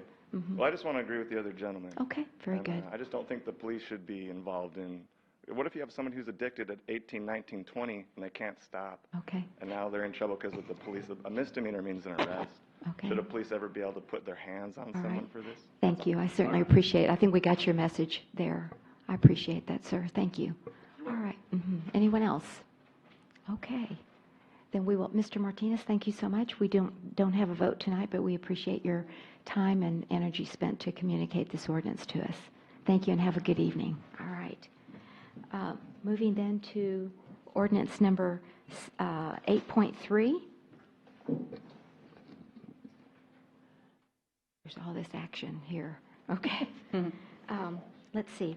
Ms. Posley, if you'll please read the ordinance 8.3, excuse me. An ordinance of the City of Leon Valley, Texas City Council amending the enterprise fund of the City of Leon Valley, Texas municipal budget for fiscal year 2017-2018 in the amount of $48,400 to provide funding for the construction of Huebner Road Silo Property Sewer Main Project. Thank you. And we have Ms. Melinda Mortz, our Public Works Director, here this evening to present. And welcome. Thank you. Thank you, Mayor and City You bet. Council. So the purpose of this item is to present and discuss an ordinance authorizing a fiscal year 2017-18 enterprise fund budget adjustment in the amount of $48,400, and that shouldn't say enterprise, it would say economic development, to construct the Huebner Road Silo property. I was wondering about that. Yeah. In September, of 2017, the City Council authorized the City Manager to enter into a developer's agreement with First American Commercial Property Group for the construction of a sewer main extension in exchange for a land donation of an approximately 0.6 acre parcel of land in the 7500 block of Huebner Road. The property contains 2 large silos and a small piece of land. The developer had the silos inspected, and the inspection revealed that the structures are safe and they're not going to fall over. The silos are an iconic symbol in Leon Valley and are thought to have been built by the Sturenthaler family back in the early 1900s. Numerous citizens have asked if these silos could possibly be saved. However, as you know, this is private property right now. The new sewer easement would be relocated along the bottom of the silo detention pond and more directly service the property along Huebner Road. The main would run from the Canterfield Alley to the front of the silos, which is approximately 650 feet in length. The city would pay for the construction of the main, and the main would service the 2 commercial lots that front onto Huebner Road. Right now, they're configured as 2 commercial lots. There may be some other configuration in the future, depending on who buys the property from First Commercial. And this gives you a picture of the property.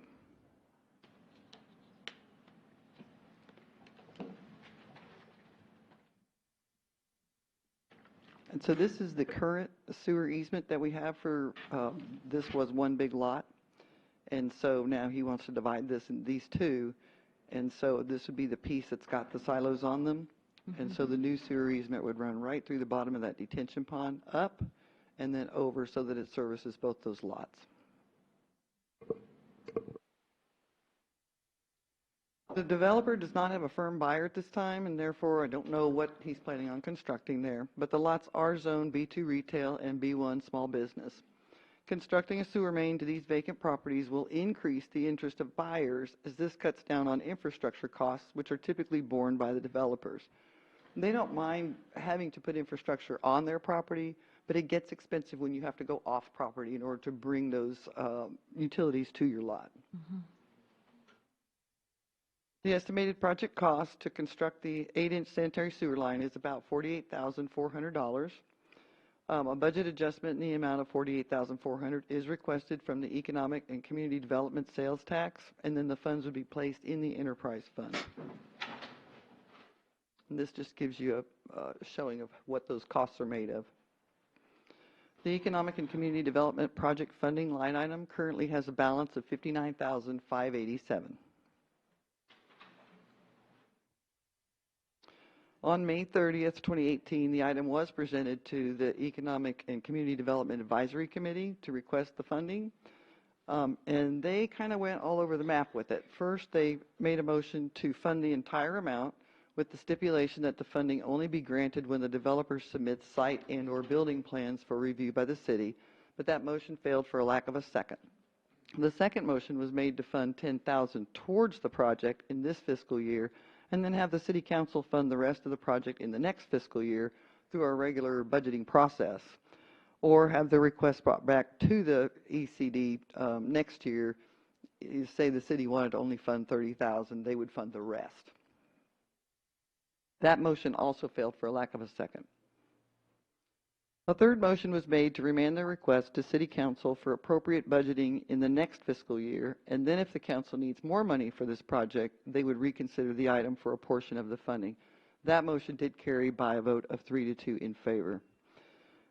We recommend that the City Council consider approving the ordinance authorizing a budget adjustment in the amount of $48,400 from the Economic Sales Tax Project Funding line item to the Enterprise Fund to construct this project.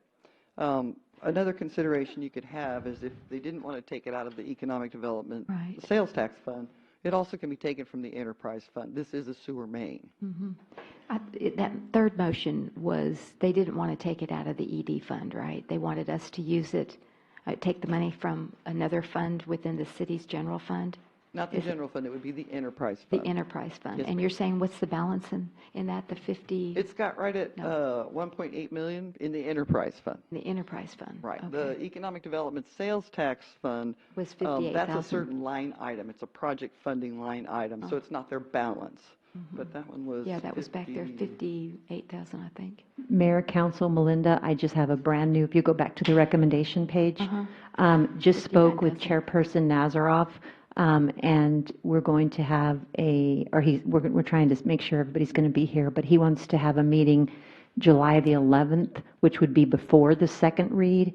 That way, they would like this project presented again by Melinda, so that they have the entire background to the project. They didn't feel like they got the full picture during that meeting. And so certainly we're definitely wanting to do that. So by the time it comes to a second read, you may yet have another recommendation from that board. I don't know. But they are going to meet one more time about this. Okay. Okay? Yeah. So you're I welcome. listened to the tape, and I mean, I know their concerns were, that the developer didn't have any plans for B1 or B2 yet. And then also, there was a question that came up, should we bear the developer's cost? And you're saying that this really isn't the developer's cost, is that correct? It would be, if this was a normal project. What we're Okay. doing here is an exchange of land. Well, that's right, that's So what I was going to ask you. In He's exchange giving, for the land, we're giving him a sewer main. this is the silos that we're Right. saving, right? And So it's that- kind of a quid pro quo, right? I mean, we're, like you said. Correct. The Yeah, land that's is what I worth thought. $156,000. So it's not like we're giving. You mean that 0.6 acres with the With two the silos, silos yes, is worth ma'am. 150,000? 156,000. 56,000, okay. I So did we're not know not, that. we're not giving them anything. Okay. It's a It's fair an ex- exchange. Well, and then was that 48,000 going to be in-house, or do you have to It's going to contract be it a out? combination. We're going to Oh, have a trencher combination. come in, an actual contractor come in to do the trenching because it is a very deep sewer main that's needed. Okay. And then our guys, we'll buy the materials and our guys will put the line in. Then the contractor will come back, cover it up. Okay, all right, very good.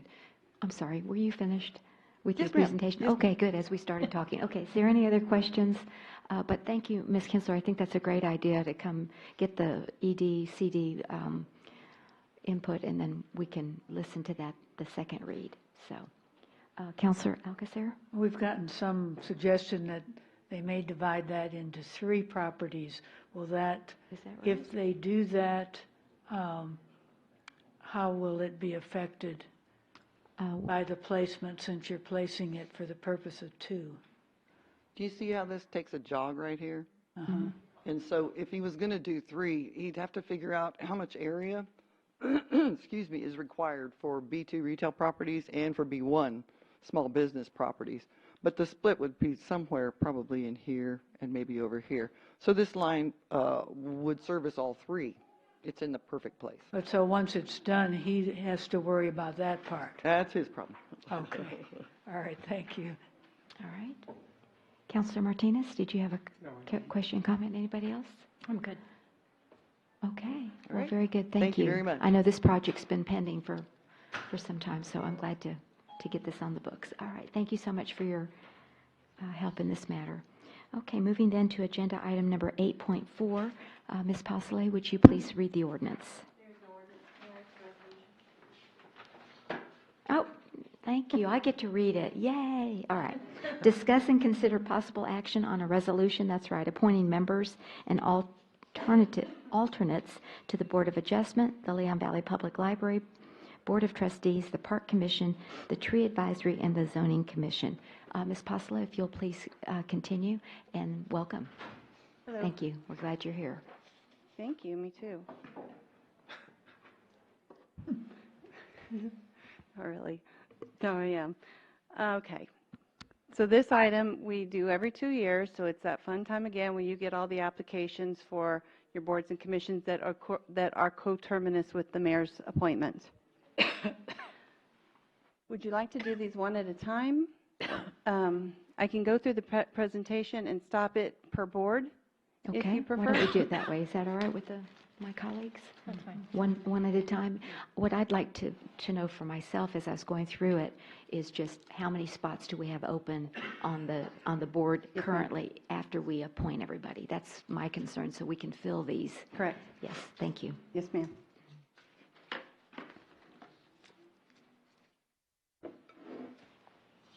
So the purpose of this item is to, for City Council, sorry, let me start that over. The purpose of this item is to present to City Council all the City of Leon Valley applications for boards, commissions, committees, and that are coterminous with the mayor's appointment.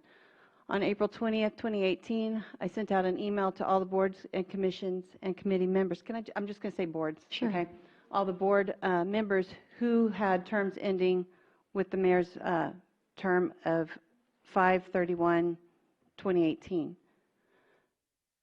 On April 27th, I sent another email out to the liaisons reminding them, hey, your members' appointments are expiring, and I presented to them how many of those had sent in their applications since April 20th. Then again, on May 1st, I sent another email out to the liaisons, and I informed the chairs of those committees that the council had extended those terms another 30 days in order to accommodate a new ordinance amendment, which was Ordinance 2018-37. That ordinance gave the chair the authority to make a recommendation when it came to the alternates filling vacant positions. So all the chairs had another month to review and send in their recommendation to the council. On May 25th, 2018, I sent out another email to all the committees, individuals who, the chairs, and I had scanned in the applications that came in and asked for them to send in their recommendations by June 13th to be put in this packet for you. So we'll start with the Board of Adjustment. I don't know if you can see this, but this is the current board that these terms will expire at the end of June based on the 30-day extension.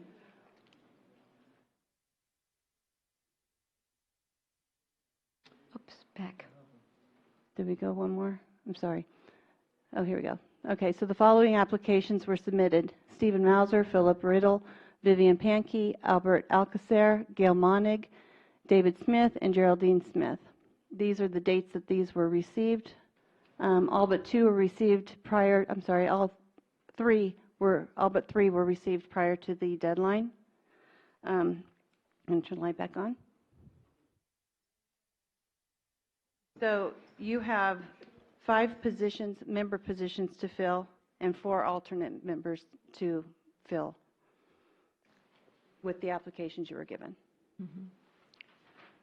Okay, so we've got 7, so 5 plus 2 is 7. Right, and I will add that Chair Malloy and Member Patricia Manea have both resigned. Chair Malloy has served for a very long time and no longer wants to do that. I understand. They are still on board till the 30th of this month. Okay. And I did not receive a recommendation from the chair. Okay. But if we take it in order of the applicants received, so there's 5 sitting board members, is that correct? Correct. So 1, 2, 3, 4, 5, and there's 2 alternates? Or is there 3 alternates? There's 4 alternates. There's 4 alternates. In the past, there was only 2, and I had asked the liaison at the time about that, and was told, oh, we only need 2, but I reminded her that the ordinance called for 4. Okay. So we do need to fill all 4. Okay. So if we, I know we don't do it tonight. Is this, no, we do. It's ma'am. resolution, that's right.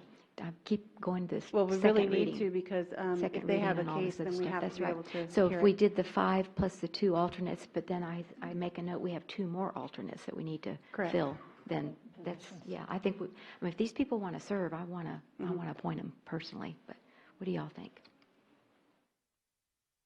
Any? Okay. Anybody else? None I of would these need- have had the problem of attendance in this particular board, have they? No, but I will add, and hopefully you've all seen your packets. For the public, you won't see that because that's confidential information, but the council was provided the applications for all these members along with their attendance for the last 2 years. So you can see in your packet their attendance records, and I think pretty much this whole board did pretty good. Well, I was going to say we only had the first 1, 2, 3 that were on the board, the previous board, correct? Correct. Yeah.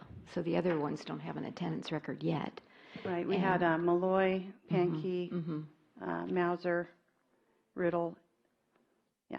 And, yeah, and That- Ms. that Ms. reapplied. Martinez that Is was it on there. preferable to you that we do appoint them board by board or the whole thing?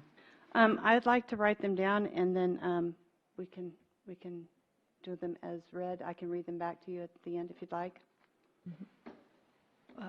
All together, all the boards together, Okay, all right. So everybody in agreement? I would Okay, just need to yes. know what position you're putting whom. Well, I was going to say first 5, 1, 2, 3, 4, 5 member? received as a member, and then the last 2. Chair, vice chair. and Well, your they have to, position. appoint Appoint within themselves. themselves, is that correct? Chair, yes. So will they all know that at the next meeting? They'll they know need that. The to- liaison will The pass that on. liaison, good. That's important because I think they all need to address that. Okay. All right, so is that right? We'll just go 1 through 5? Yes, Counselor Jordan, and then Yeah. Counselor Martinez. I had a question on spouses. Is that Ms. Geraldine Rodriguez Smith? Is that Mr. Smith's It is. wife? Okay. I don't think we Is have it- anything that precludes it in our, or, I don't believe our nepotism policy addresses boards. And, I believe they're both on the Park Commission, you'll see also. Yeah. Okay. So, yeah. All right. I just want to clarify. Thank you. Mr. Martinez? My one concern, is Gail Monig still on the zoning commission? No, she's not on the zoning commission. Never was. She never was. Okay. She's on the ED/CD board. Okay. Okay, very good. But good point. Mhm. You can't have Yeah. the same person on the zoning commission as the Board of Adjustment. Yeah, okay, that's what you Shouldn't. were, you shouldn't, yeah, because they're both statutory. Yes, did you have a comment, Mr. Milan? You were, no, that's okay, go ahead. Yes. Oh, Mr. Smith is on the zoning commission. Oh, thank you. So he's not, it's not advisable for him to be on both boards. There you go. So now we need 3 alternates. Right. Because I can, Mr. Smith should not be any on there. vacancies that are left from tonight, we can certainly advertise Okay, in the next very few good. weeks So and bring we'll them put back. 3. The main thing is to fill the member position so we can Okay. proceed with business. Thank you, Mr. Milan, for pointing that out to us. Really appreciate that. Okay, so everyone would be appointed except for Mr. Smith. So the first 5 members are members, and then Geraldine Smith is an alternate. And we have 3 openings for alternates. Okay, great. Okay. Next board. Next board. We move to the Library Board of Directors. Okay. Again, this group, I think, had pretty good attendance. But these are the 4 applications that we did receive. If council recalls, I think it was in the fall, the Library Board of Directors came to you and asked for staggered terms. Mhm. So this is that half that we're finishing off. Okay. Also did not receive any recommendations from chair. Okay. So you have 3 member positions and 1 alternate to name. So- Currently, Sandra Keller serves in the alternate position, and the other 3 are in the member positions. So is that the way they would continue? And just because of the order is different, than I applications imagine received. Keller's came in when she was first appointed to the board, because hers is way back in February. Oh, yes. She was just recently put on within, I don't know, the last 4 or 5 months. So in this one, it doesn't matter the order, they just go back to where Same. they were. Reappoint as is. Okay. So, for point of clarification, Jill Crane, Barbara Owens, and Heather Haskin would be the member positions, and Sandra Keller is the alternate. Is that correct? Yes, ma'am. Okay. That's Are there- what you wish. Well, I thought that's the one that she That was... is what they are currently, Yeah, yes. and so, unless there's an opening on the other, I don't, has somebody, because usually the alternate moves up, but... No, they're okay. full. Oh, they're full. So are there any other positions open on the No. library? So they're full? They're full. Once we make this appointment? Okay, great. Thank you. I like the library. Okay, so no openings on the library? No, ma'am. All right, great, thank you. Next board? So then we move to the Park Commission. Okay. Teeny tiny, and I can't see that from here, but those that have reapplied are Roger Christensen, Jack Dean, Kathy Hill, Belinda Ely, Caroline Gabriel, David Smith, and Geraldine Smith. Now, do they have staggered terms? No. So they still have more, you still have more positions. Yes. Melinda, can you explain that to us? Because I know we added alternates as well, didn't we, a couple of years ago? We Because had 9 and 2. you had a hard time. It's a 7-member board, Seven-member. and then they 1, 2, also 3, are, 4, need 5, to have 6, 3 7. alternates. Okay. And at the Park Commission meeting just this past week, Uh-huh. which they've not been able to forward their stuff to you yet to get on Okay. the agenda, but they had asked Jack Dean and also David Smith if they wanted to become regular members, and both said that they did. Okay. In addition to that, I still have one regular member position open, and so we could actually move Ms. Geraldine Rodriguez-Smith up to as a regular member as well. But then you would just be having to find 3 alternates. 3 alternates, that's what I have here. So is that acceptable to the council, just to move everybody up to regular status? Okay, Yes. with 3 alternate positions open on the park. Yes, ma'am. Excellent. I would like, this committee has more members, but they have had fewer meetings because of a quorum, and I would like to have these people know that if they're not going to attend just because they're excused, because some didn't attended fewer than half the meetings in the last 2 years, and they're still wanting to reapply, and that, to me, isn't quite right. If maybe they sit as an alternate versus a regular member, or they at least be made aware, maybe all the committees, that if you're going to miss it, even though it's excused, if you're going to miss 3 meetings, maybe you should consider another committee or another day or something. I don't know how to get the word out, but it just doesn't seem right to keep applying for something when you're not going to attend. We can certainly have that discussion with them at their first meeting. Mm-hmm. But what is the rule? The rule is 3 unexcused absences, right? That's not really a... Is it not clear? It's on some committees, it's in their charter. Okay. And some it's not. So we might need to visit I think what we need that. to do, yes, ma'am, Uh-huh. is probably put something in there. I think it was brought up, what is excused? Should there be a medical excuse? Is it 2 meetings? Is it 3? Some committees have 2. Is it consecutive, or is it within a year? So it is something that we probably need to look at. Yes. I But can for bring that another back. day. Yes, ma'am. Okay, but we can go ahead and just approve these if it's the consensus of the council for all voting members, and then we'll have 3 alternate positions open. And then we'll look at the attendance at a later date. That'd be all right? Okay, thank you. Okay.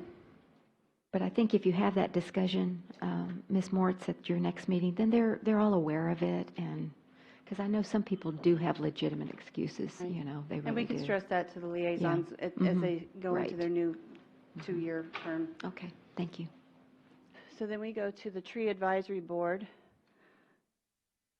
We have Irene Baldridge, Amber Mauser. Oh, the baby's not here. It's the first time in months. I know. Mary Key, Thomas Benavides, Diana Sarfin, Richard Sarfin, Denise Berger, and Melinda Dawson. And I think they're full. Are they not? And they have kind of a rocky attendance record. Very rocky. So, again, your decision. Who's the liaison for the tree? Dave, okay. So, again, and we have are these the member positions, or is somebody in an alternate No, position? they don't, I'm sorry, there are alternates. Yeah. Three are alternates and 6 are member spots. Okay, so who are the 6 and who are the alternates up here? 1, 2. I think Amber was an alternate. Green is one. The alternates I have are Mauser and Baldridge right now. Mauser and Baldridge, okay. So there's 6 regular sitting members? Correct. Okay. Because this committee did have a terrible attendance. Okay, well, doggone it. I love volunteers. I know they don't. Anyway, Right, they're why don't we, just to stress the attendance, but I think since they've all applied, that means that they do have a desire to serve, and I would hate to not honor that. right, but they also need to attend. If you look at the attendance, did you look at the mayor? I did. I saw the attendance, but again, I don't think it's clear. Is it 3 consecutive, but what if it's excused? I think a lot of people think that if it's excused, it doesn't count against you, that kind of thing. If it's unexcused, yes. If you didn't call in or ignored it. So I think that's where we need to look at Right, and tighten up or those. maybe they could be alternates, volunteer to be alternates, and let some of those who can attend be the regulars, something like that. We need to just work on it, or just a reminder. Yeah. We do, they meet monthly, so we can revisit that as well, but they are very good to work with, and they always let me know if they can't attend. That's in so true. advance. And they do love that committee. I know all of them. They do.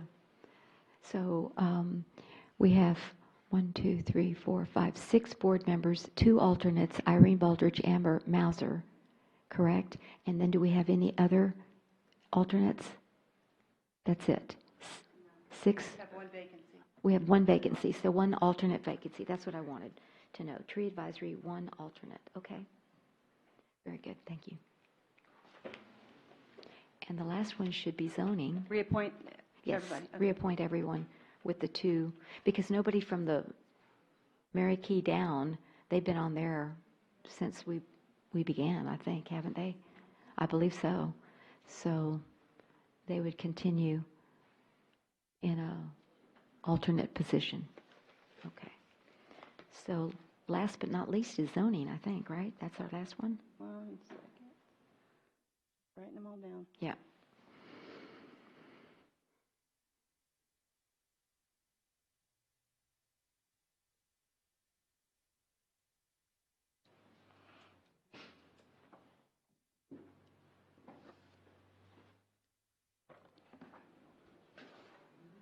Okay, so the zoning commission, we had William Dooley, Tom Garza, Larry Prophet, and Greg Price all apply. And this one, you did get a chair response. So Chairman Hal Burnside, I don't know if you've read this, but Yeah. okay. So did you want me to read it? I think we got the gist of it, that Okay. Mr. Alonso needs to be moved up into the vacancy.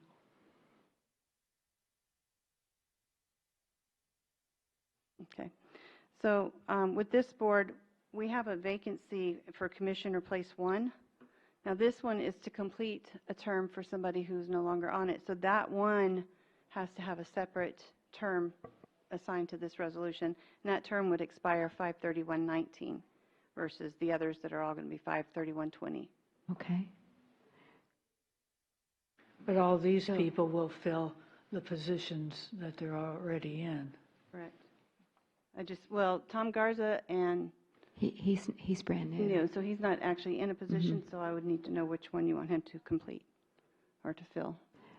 Well, are there staggered terms? Yes. Right, definitely. So Larry Prophet and Greg Price are re-upping because they've been on the commission, Mr. Dooley just got on, though, I thought, just He within a did, couple of he months did, ago. like February. Yeah, Right, exactly. so he wants to stay. Mm-hmm. And so it's Mr. Garza that's the new appointment. So is it Mr. Dooley that moves into the open position because he's the last one? The chair newest would have one? to make that Because Edward Alonso to take Edward Alonso is what the chair is recommending to take place one. Right. I would go That's by. the I would go completely by. vacancy. Yeah. Correct. That's the right. one that's the Remember, we took off 531. a board member because of non-attendance. Did you remember that? Yes. Yes, and then, so that's the one that's open. So we move, and Mr. Alonso is an alternate, so we move him up to that. So he'll have the full two-year term. He'll have the full two-year No, term. No? Alonso will complete, when you have a vacancy due to somebody resigning or asking to step down, which is what happened in this situation for lack of attendance, then whoever fills that position, because if not, you get the terms Oh, all yeah, messed that's up, right. so they complete the other person's term. Okay. And So- then he or she would be up for reappointment, in a year. All right. So he would be in place one, but his term would expire in 19. Right. Okay. All right. So what you're telling me is Tom Garza would go into the second alternate's position, replacing Mr. Dooley, correct? Well, I thought there were 3 alternate positions open. There are. Okay, so okay, Mr. Garza he's would first. would be number 1 alternate, and we have 2 alternate positions open. That's what I understood. Is that correct, Mr. Milan? Yes, yes, sir. Mr. Burnside as well. We need to fill. Yes. Burnside Oh. So at our next meeting, one of our Yeah. first items of business will be to Okay. elect the new chair and the vice chair. Uh-huh. So that position Okay. will, assuming that Mhm. a vice chair or a regular member moves into the chair position, Mhm. then that'll also create another regular. Okay, that's what he was telling me. There's going to be 3 alternates. Is that right? Right, so then the next number 2, so right now Mr. Alonso is spaced alternate 1, and Mr. Dooley is alternate 2. 2. So then- they would both move up. Yes, ma'am. Okay, so then we would still have 3 alternate positions open, or would Mr. Garza? Mr. Garza, I didn't realize, I Yeah. didn't remember Mr. Burnside resigning, but so Mhm. yes, you would need to put him in a member spot. Mr. Garza would be a member spot or an alternate spot? Well, you have Alternate a 1. vacancy in the chair's position, Mhm. which, is actually place 2, or Commissioner 2. So 2 is open. You've reappointed place 4, which is Larry Prophet, Greg Price, which is in 6, and then you've moved Edward Alonso up into 1st, so that leaves the 2nd seat open. So Tom Garza should go to. Or William Dooley. William No, Dooley. No, 'Cause- Dooley's a newbie. Wasn't Tom Garza in before or No, not? no, he Okay. just, All right. yeah, so Mr. Dooley goes into that position. Yes, Mr. Counselor Jordan. Excuse me. It's confusing. Well, didn't a couple of council meetings ago, Mr. Burnside came to the council about about us appointing people and putting people in places in the zoning commission, and them requesting that they make the recommendation and bring it back to us. So. He did. Huh? Mr. He may have done that? Mr. Burnside did that. Okay, but Yeah. so why are we talking about who's going into what seat afterwards? Seems to me if the request that they made was for us to not make those recommendations, that they make those recommendations, even with the order of who replaces whom, and then come back to us. That's my question. Well, the problem is that you have Burnside, I think he just forgot he Yeah, was going to it be was- gone, and so he won't be there to recommend, and they need somebody for the board meetings. I know, Well, but he'll they're be gonna here have- through the end of the month. I'm but- sorry, they're going to have regular elections, we'll put people in place, and then at that point, when they have their new officers in place, they can resume the meeting and have the conversation about who goes into what Yeah, spot. I would just say, just thinking it logically through, whoever's on the board, who's got seniority, even it might just be 3 months or something, be moved up. You know how it goes. You just move them up, and Mr. Garza's a brand new applicant. Well, he may have a member spot. I don't know if he does or not, or if not, he'd be first alternate, right? Yes, first alternate. Yeah, I just don't know. If Mr. Dooley want to be If moved, Mr. Dooley has already served for 3 months, I think we ought to honor him with a member spot from an alternate spot. What do y'all think? Right? I think the alternates have waited patiently to move up to the member spot. That's the way I look at it. So, does that make sense? Okay. May we go? Yes, you down? may. Okay, so place Yes. 2, you want who in there? That would be Dooley. I guess Dooley, yeah. Mhm. Okay, place So 1. 1 is Edward Alonso, Alonso. 2 is Dooley. Who's 3? Well, 3 is not up for reappointment. That's Okay. David Smith currently. David Smith, I just want to know who that is. Okay, 4 is Larry Prophet. Who's 5? Kathy? Oh, hi. Carrie Rouse, yes. Okay, and then 6 is Catherine. Cassie. Kathy. I always call you Cassie. See, all right, I was right. Okay, Cassie, that's what I've always called her. Okay, and then 5 is, who's GP? Greg Price. Oh, there we go, Greg Price. I just put GP. Okay, GP, Greg Price, there we go. Okay, all right, so we got it. Alternate 1. Alternate 1 is going to be Tom Garza. And then That works 2 out is fine. Dooley. No, who's No, 2? Dooley So we is got in 3 2. vacancies, okay. So we have alternate, number 1 is Tom Garza, and so we need 2 alternates. Okay, very good. Excellente. Okay, I'm going to try to read this back then. Confusing. Okay, I think we Okay. got it. So for Board of Adjustments, we have Mauser, Riddle, Pankey, and I'm sorry, I'm going to just do last names, no disrespect. Mauser, Riddle, Pankey, Alcacer, Monig, and alternate is Geraldine Smith. Library, Crane, Owens, Haskin, alternate Keller. Park, Christensen, Dean, Hill, Ely, Gabriel, Smith, and Rodriguez Smith. Anything I didn't mention is a vacancy. Tree Advisory, Dawson, Berger, Key, Benavides, Sarfin, and alternates Mauser and Baldridge. And then zoning, we have Price, let me start. Alonzo in first place, Dooley in second, Profit in 4, Price in 6, and Tom Garza is alternate 1, with Alonzo having a term expiring 5/31/19. Okay. And I'm done.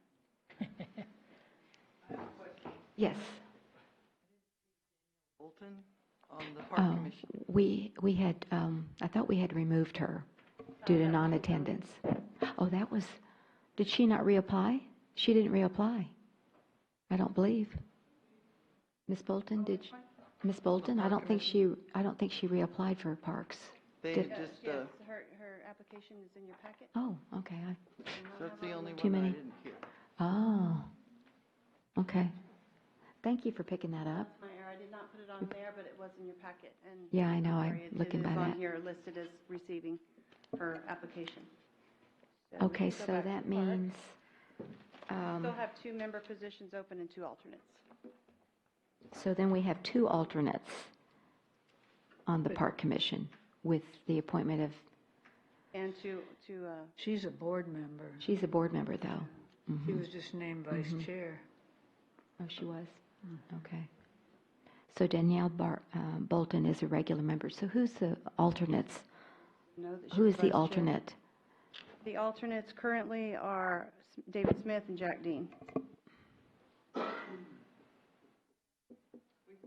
I thought you said you moved them up into regular positions. I didn't know that Ms. Bolton had been named vice chair, I'm sorry.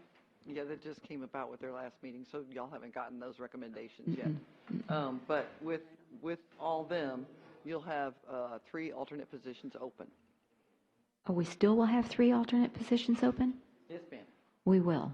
Okay, I changed it from 3 to 2, so I go back to 3? I believe so. Okay, I'll check on that for you, Okay. make sure. I didn't 3 bring your code alternates. with me.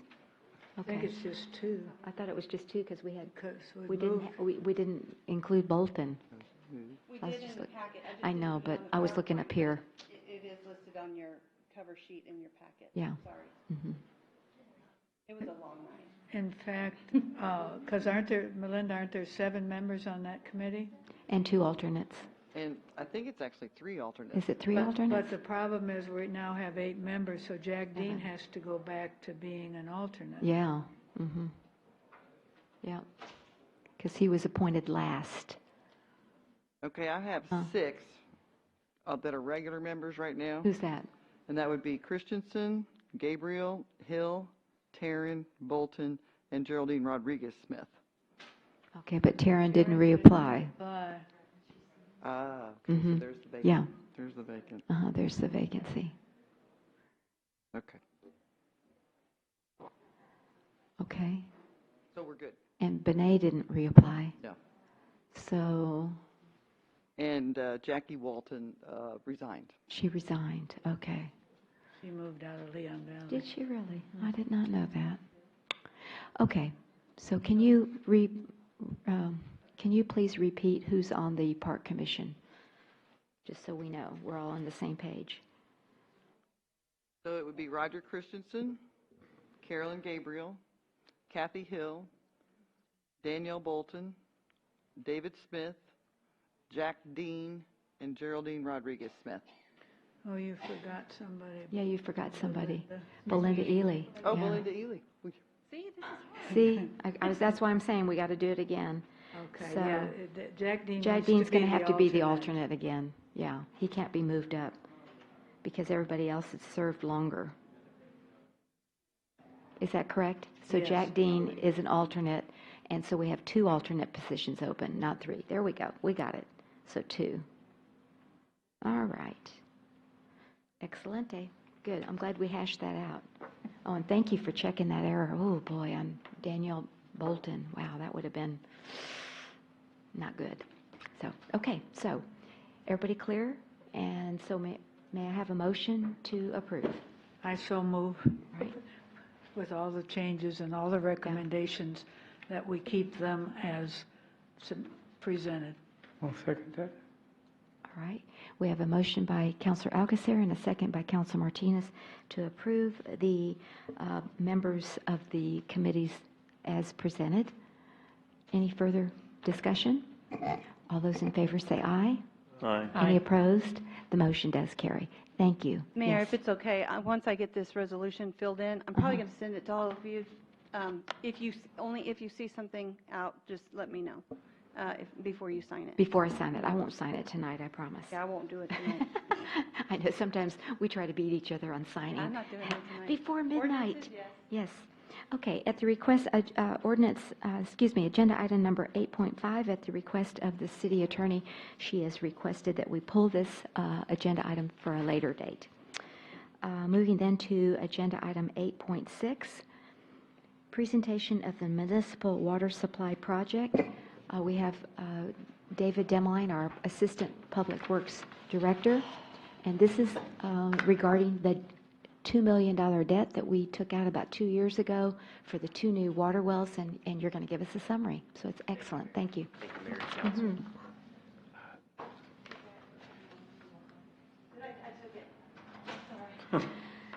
It's easy to do. It's like pens, you know?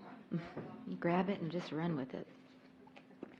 Mayor and Thank you. Council, we wanted to report that the municipal water supply bond project is completed, and the following is a report to summarize the activity and the cost associated with this project. In June of 2015, the City Council was briefed on the current condition of our water wells.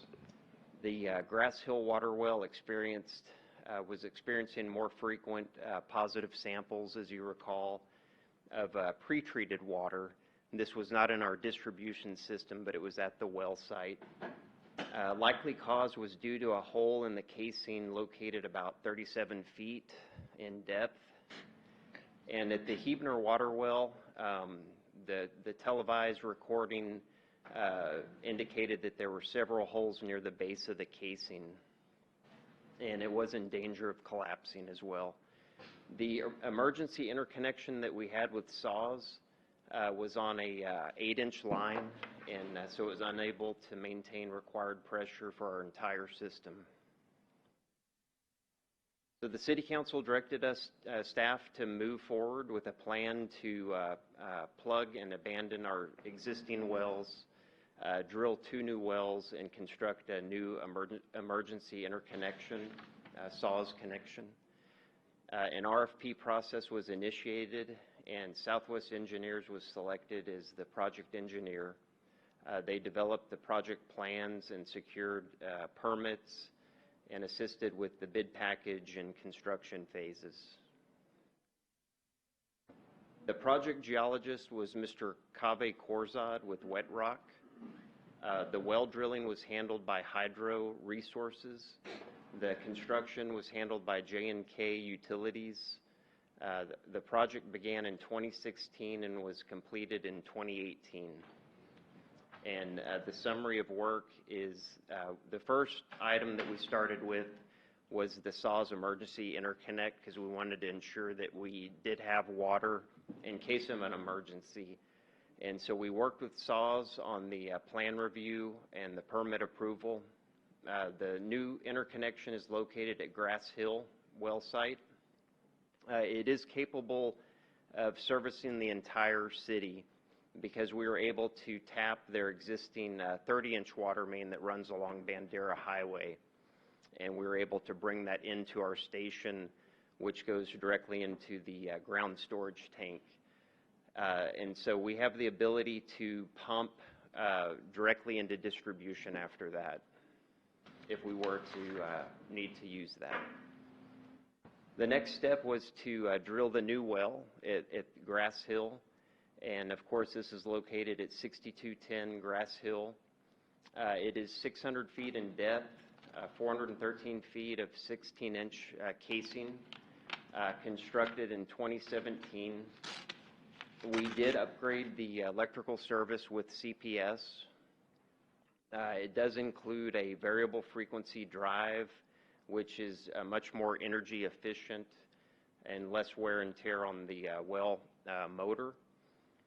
The water is then treated, of course, at that station, and it goes into our ground storage tank or into distribution. And so now our yield out of this well is almost 2,000 gallons per minute. Previously, it was about 1,100 gallons per minute.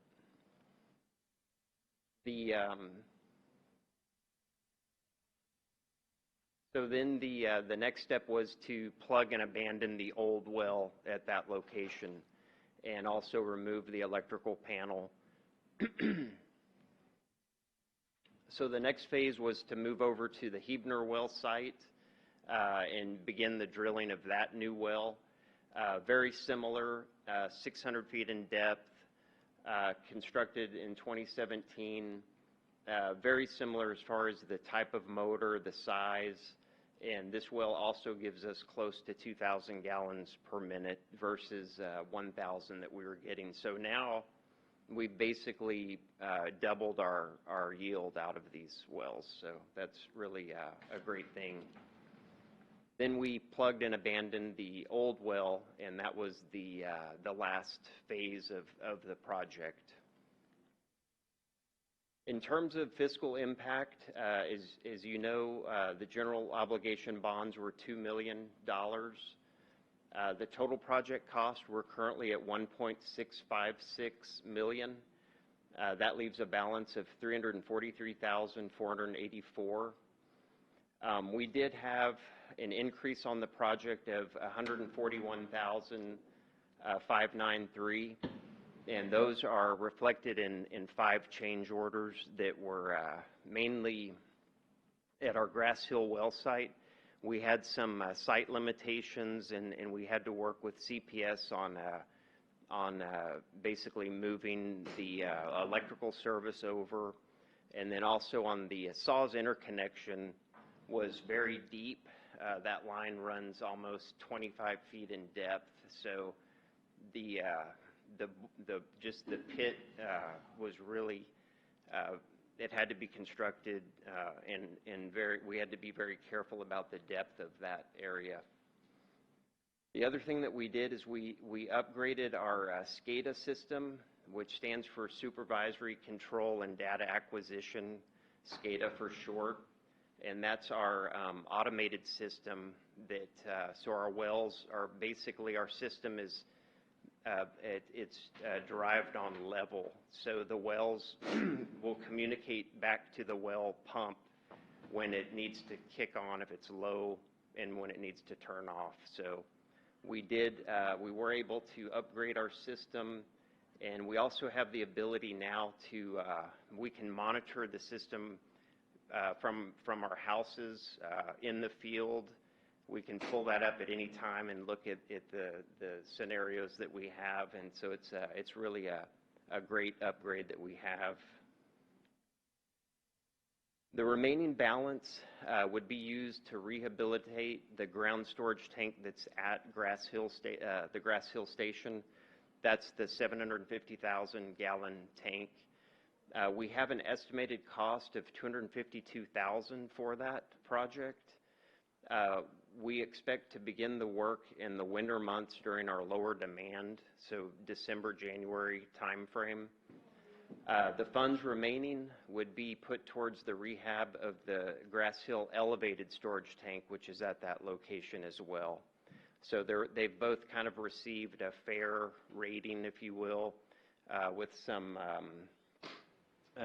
need to paint the exterior and the interior of those tanks. We have not received the project estimate for the elevated tank yet. That summarizes the project, and this is our, the C statement, assuring an ample and dependable water supply affects the general quality of life of all citizens.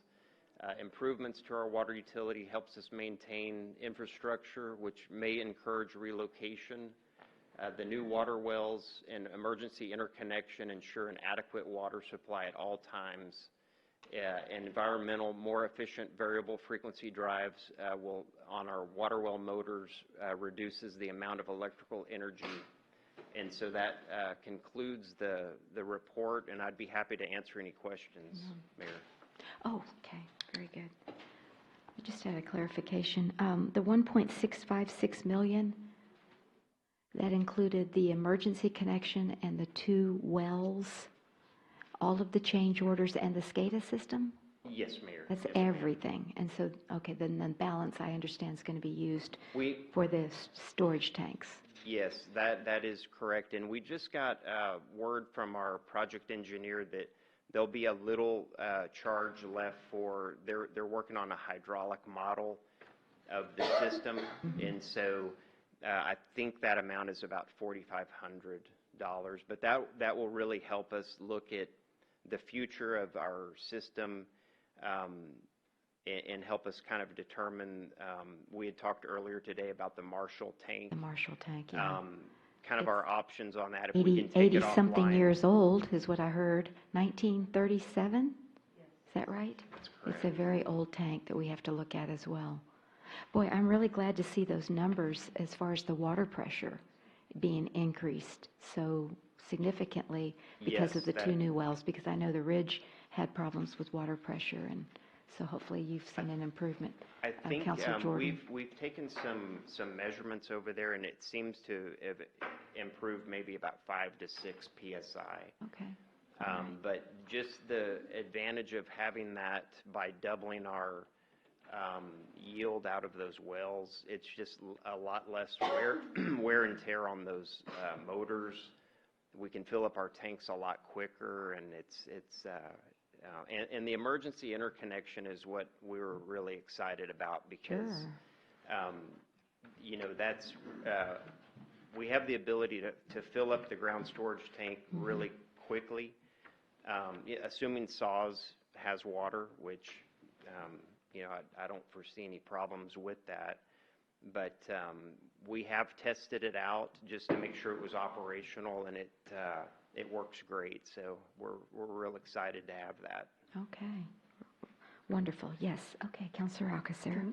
Can we get beautiful, colorful, bright, happy exterior on that water thing that can advertise our city? We drive around the country and have been in most states, and the thing that shows up in most small cities is a fantastic water tower that often has a very positive, pleasant message, an exciting one, and exciting colors. We can definitely bring that back to you when we're working with L&B engineers on that bid package. That does run a little extra at times, but we'll definitely bring this back to you and get your input on the colors and design if we want to put a logo. Typically, the logos go on the elevated storage tanks. We don't need a logo, But- we need an exciting saying. Okay. We will definitely explore that. Thank you. Okay, so you don't want our tagline, huh? Okay. No, it doesn't, it isn't exciting, we need Okay, excitement. okay. Wait a minute. All right, we'll We're have a going contest. from 2-color to 3-color to 4-color, and I can just see the Yeah, the cost going costs boom, go boom, up, boom. up, up, yeah. This is a vivid color, like yellow and red. Well, Red y'all- and yellow kill a fellow, and so Y'all yellow would have and to, red. y'all would have to tell us what you want, because what we were planning on is white with the logo. And Oh. even that, I was like, ooh, that's Dull. expensive. That's dull, we So- need excitement. Yeah. Y'all talk and let us know, we'll be happy to accommodate. Mm-mm. Not Yeah. in here. That's No right. talking. In a meeting, of course. Yeah, exactly. All right, well, thank you. Oh, yes, we have a Sure, I question just by had a- Counselor Rodriguez. Just had a quick question. What's the life expectancy of one of those casings or piping type of things? Well, the 2 wells that we replaced were close 50 to and 50, 47. 50 years old. And 47 45 years to old, 50. yeah. So, They were you pretty know, it's, bad. I'm sure they did a great job of the construction of those. So, but typically they say a well can give you anywhere from 30 to 50 years Thank you. life. Okay, any other questions? Yes, Counselor Martinez. Just out of curious, when they demoed the old wells, did they find any other surprises other than the pipe going through one of them?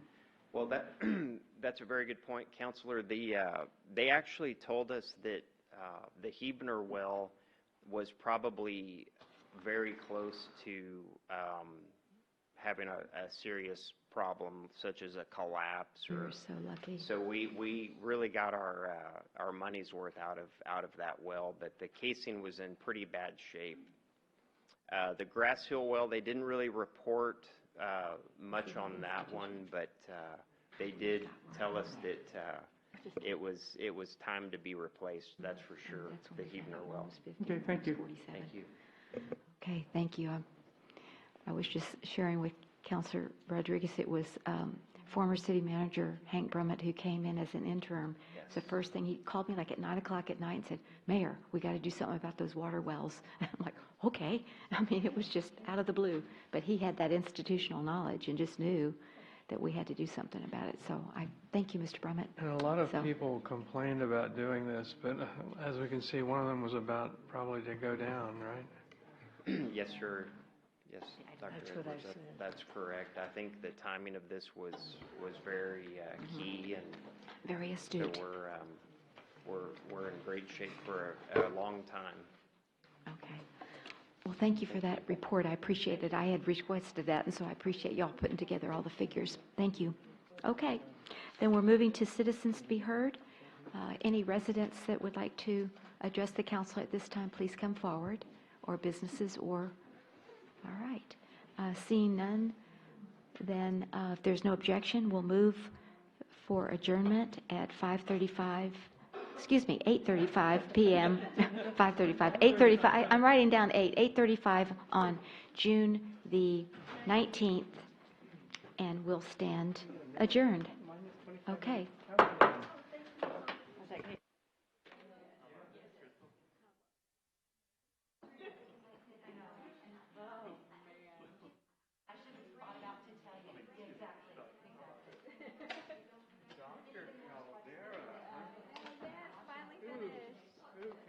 How are you doing? Yeah, super excited.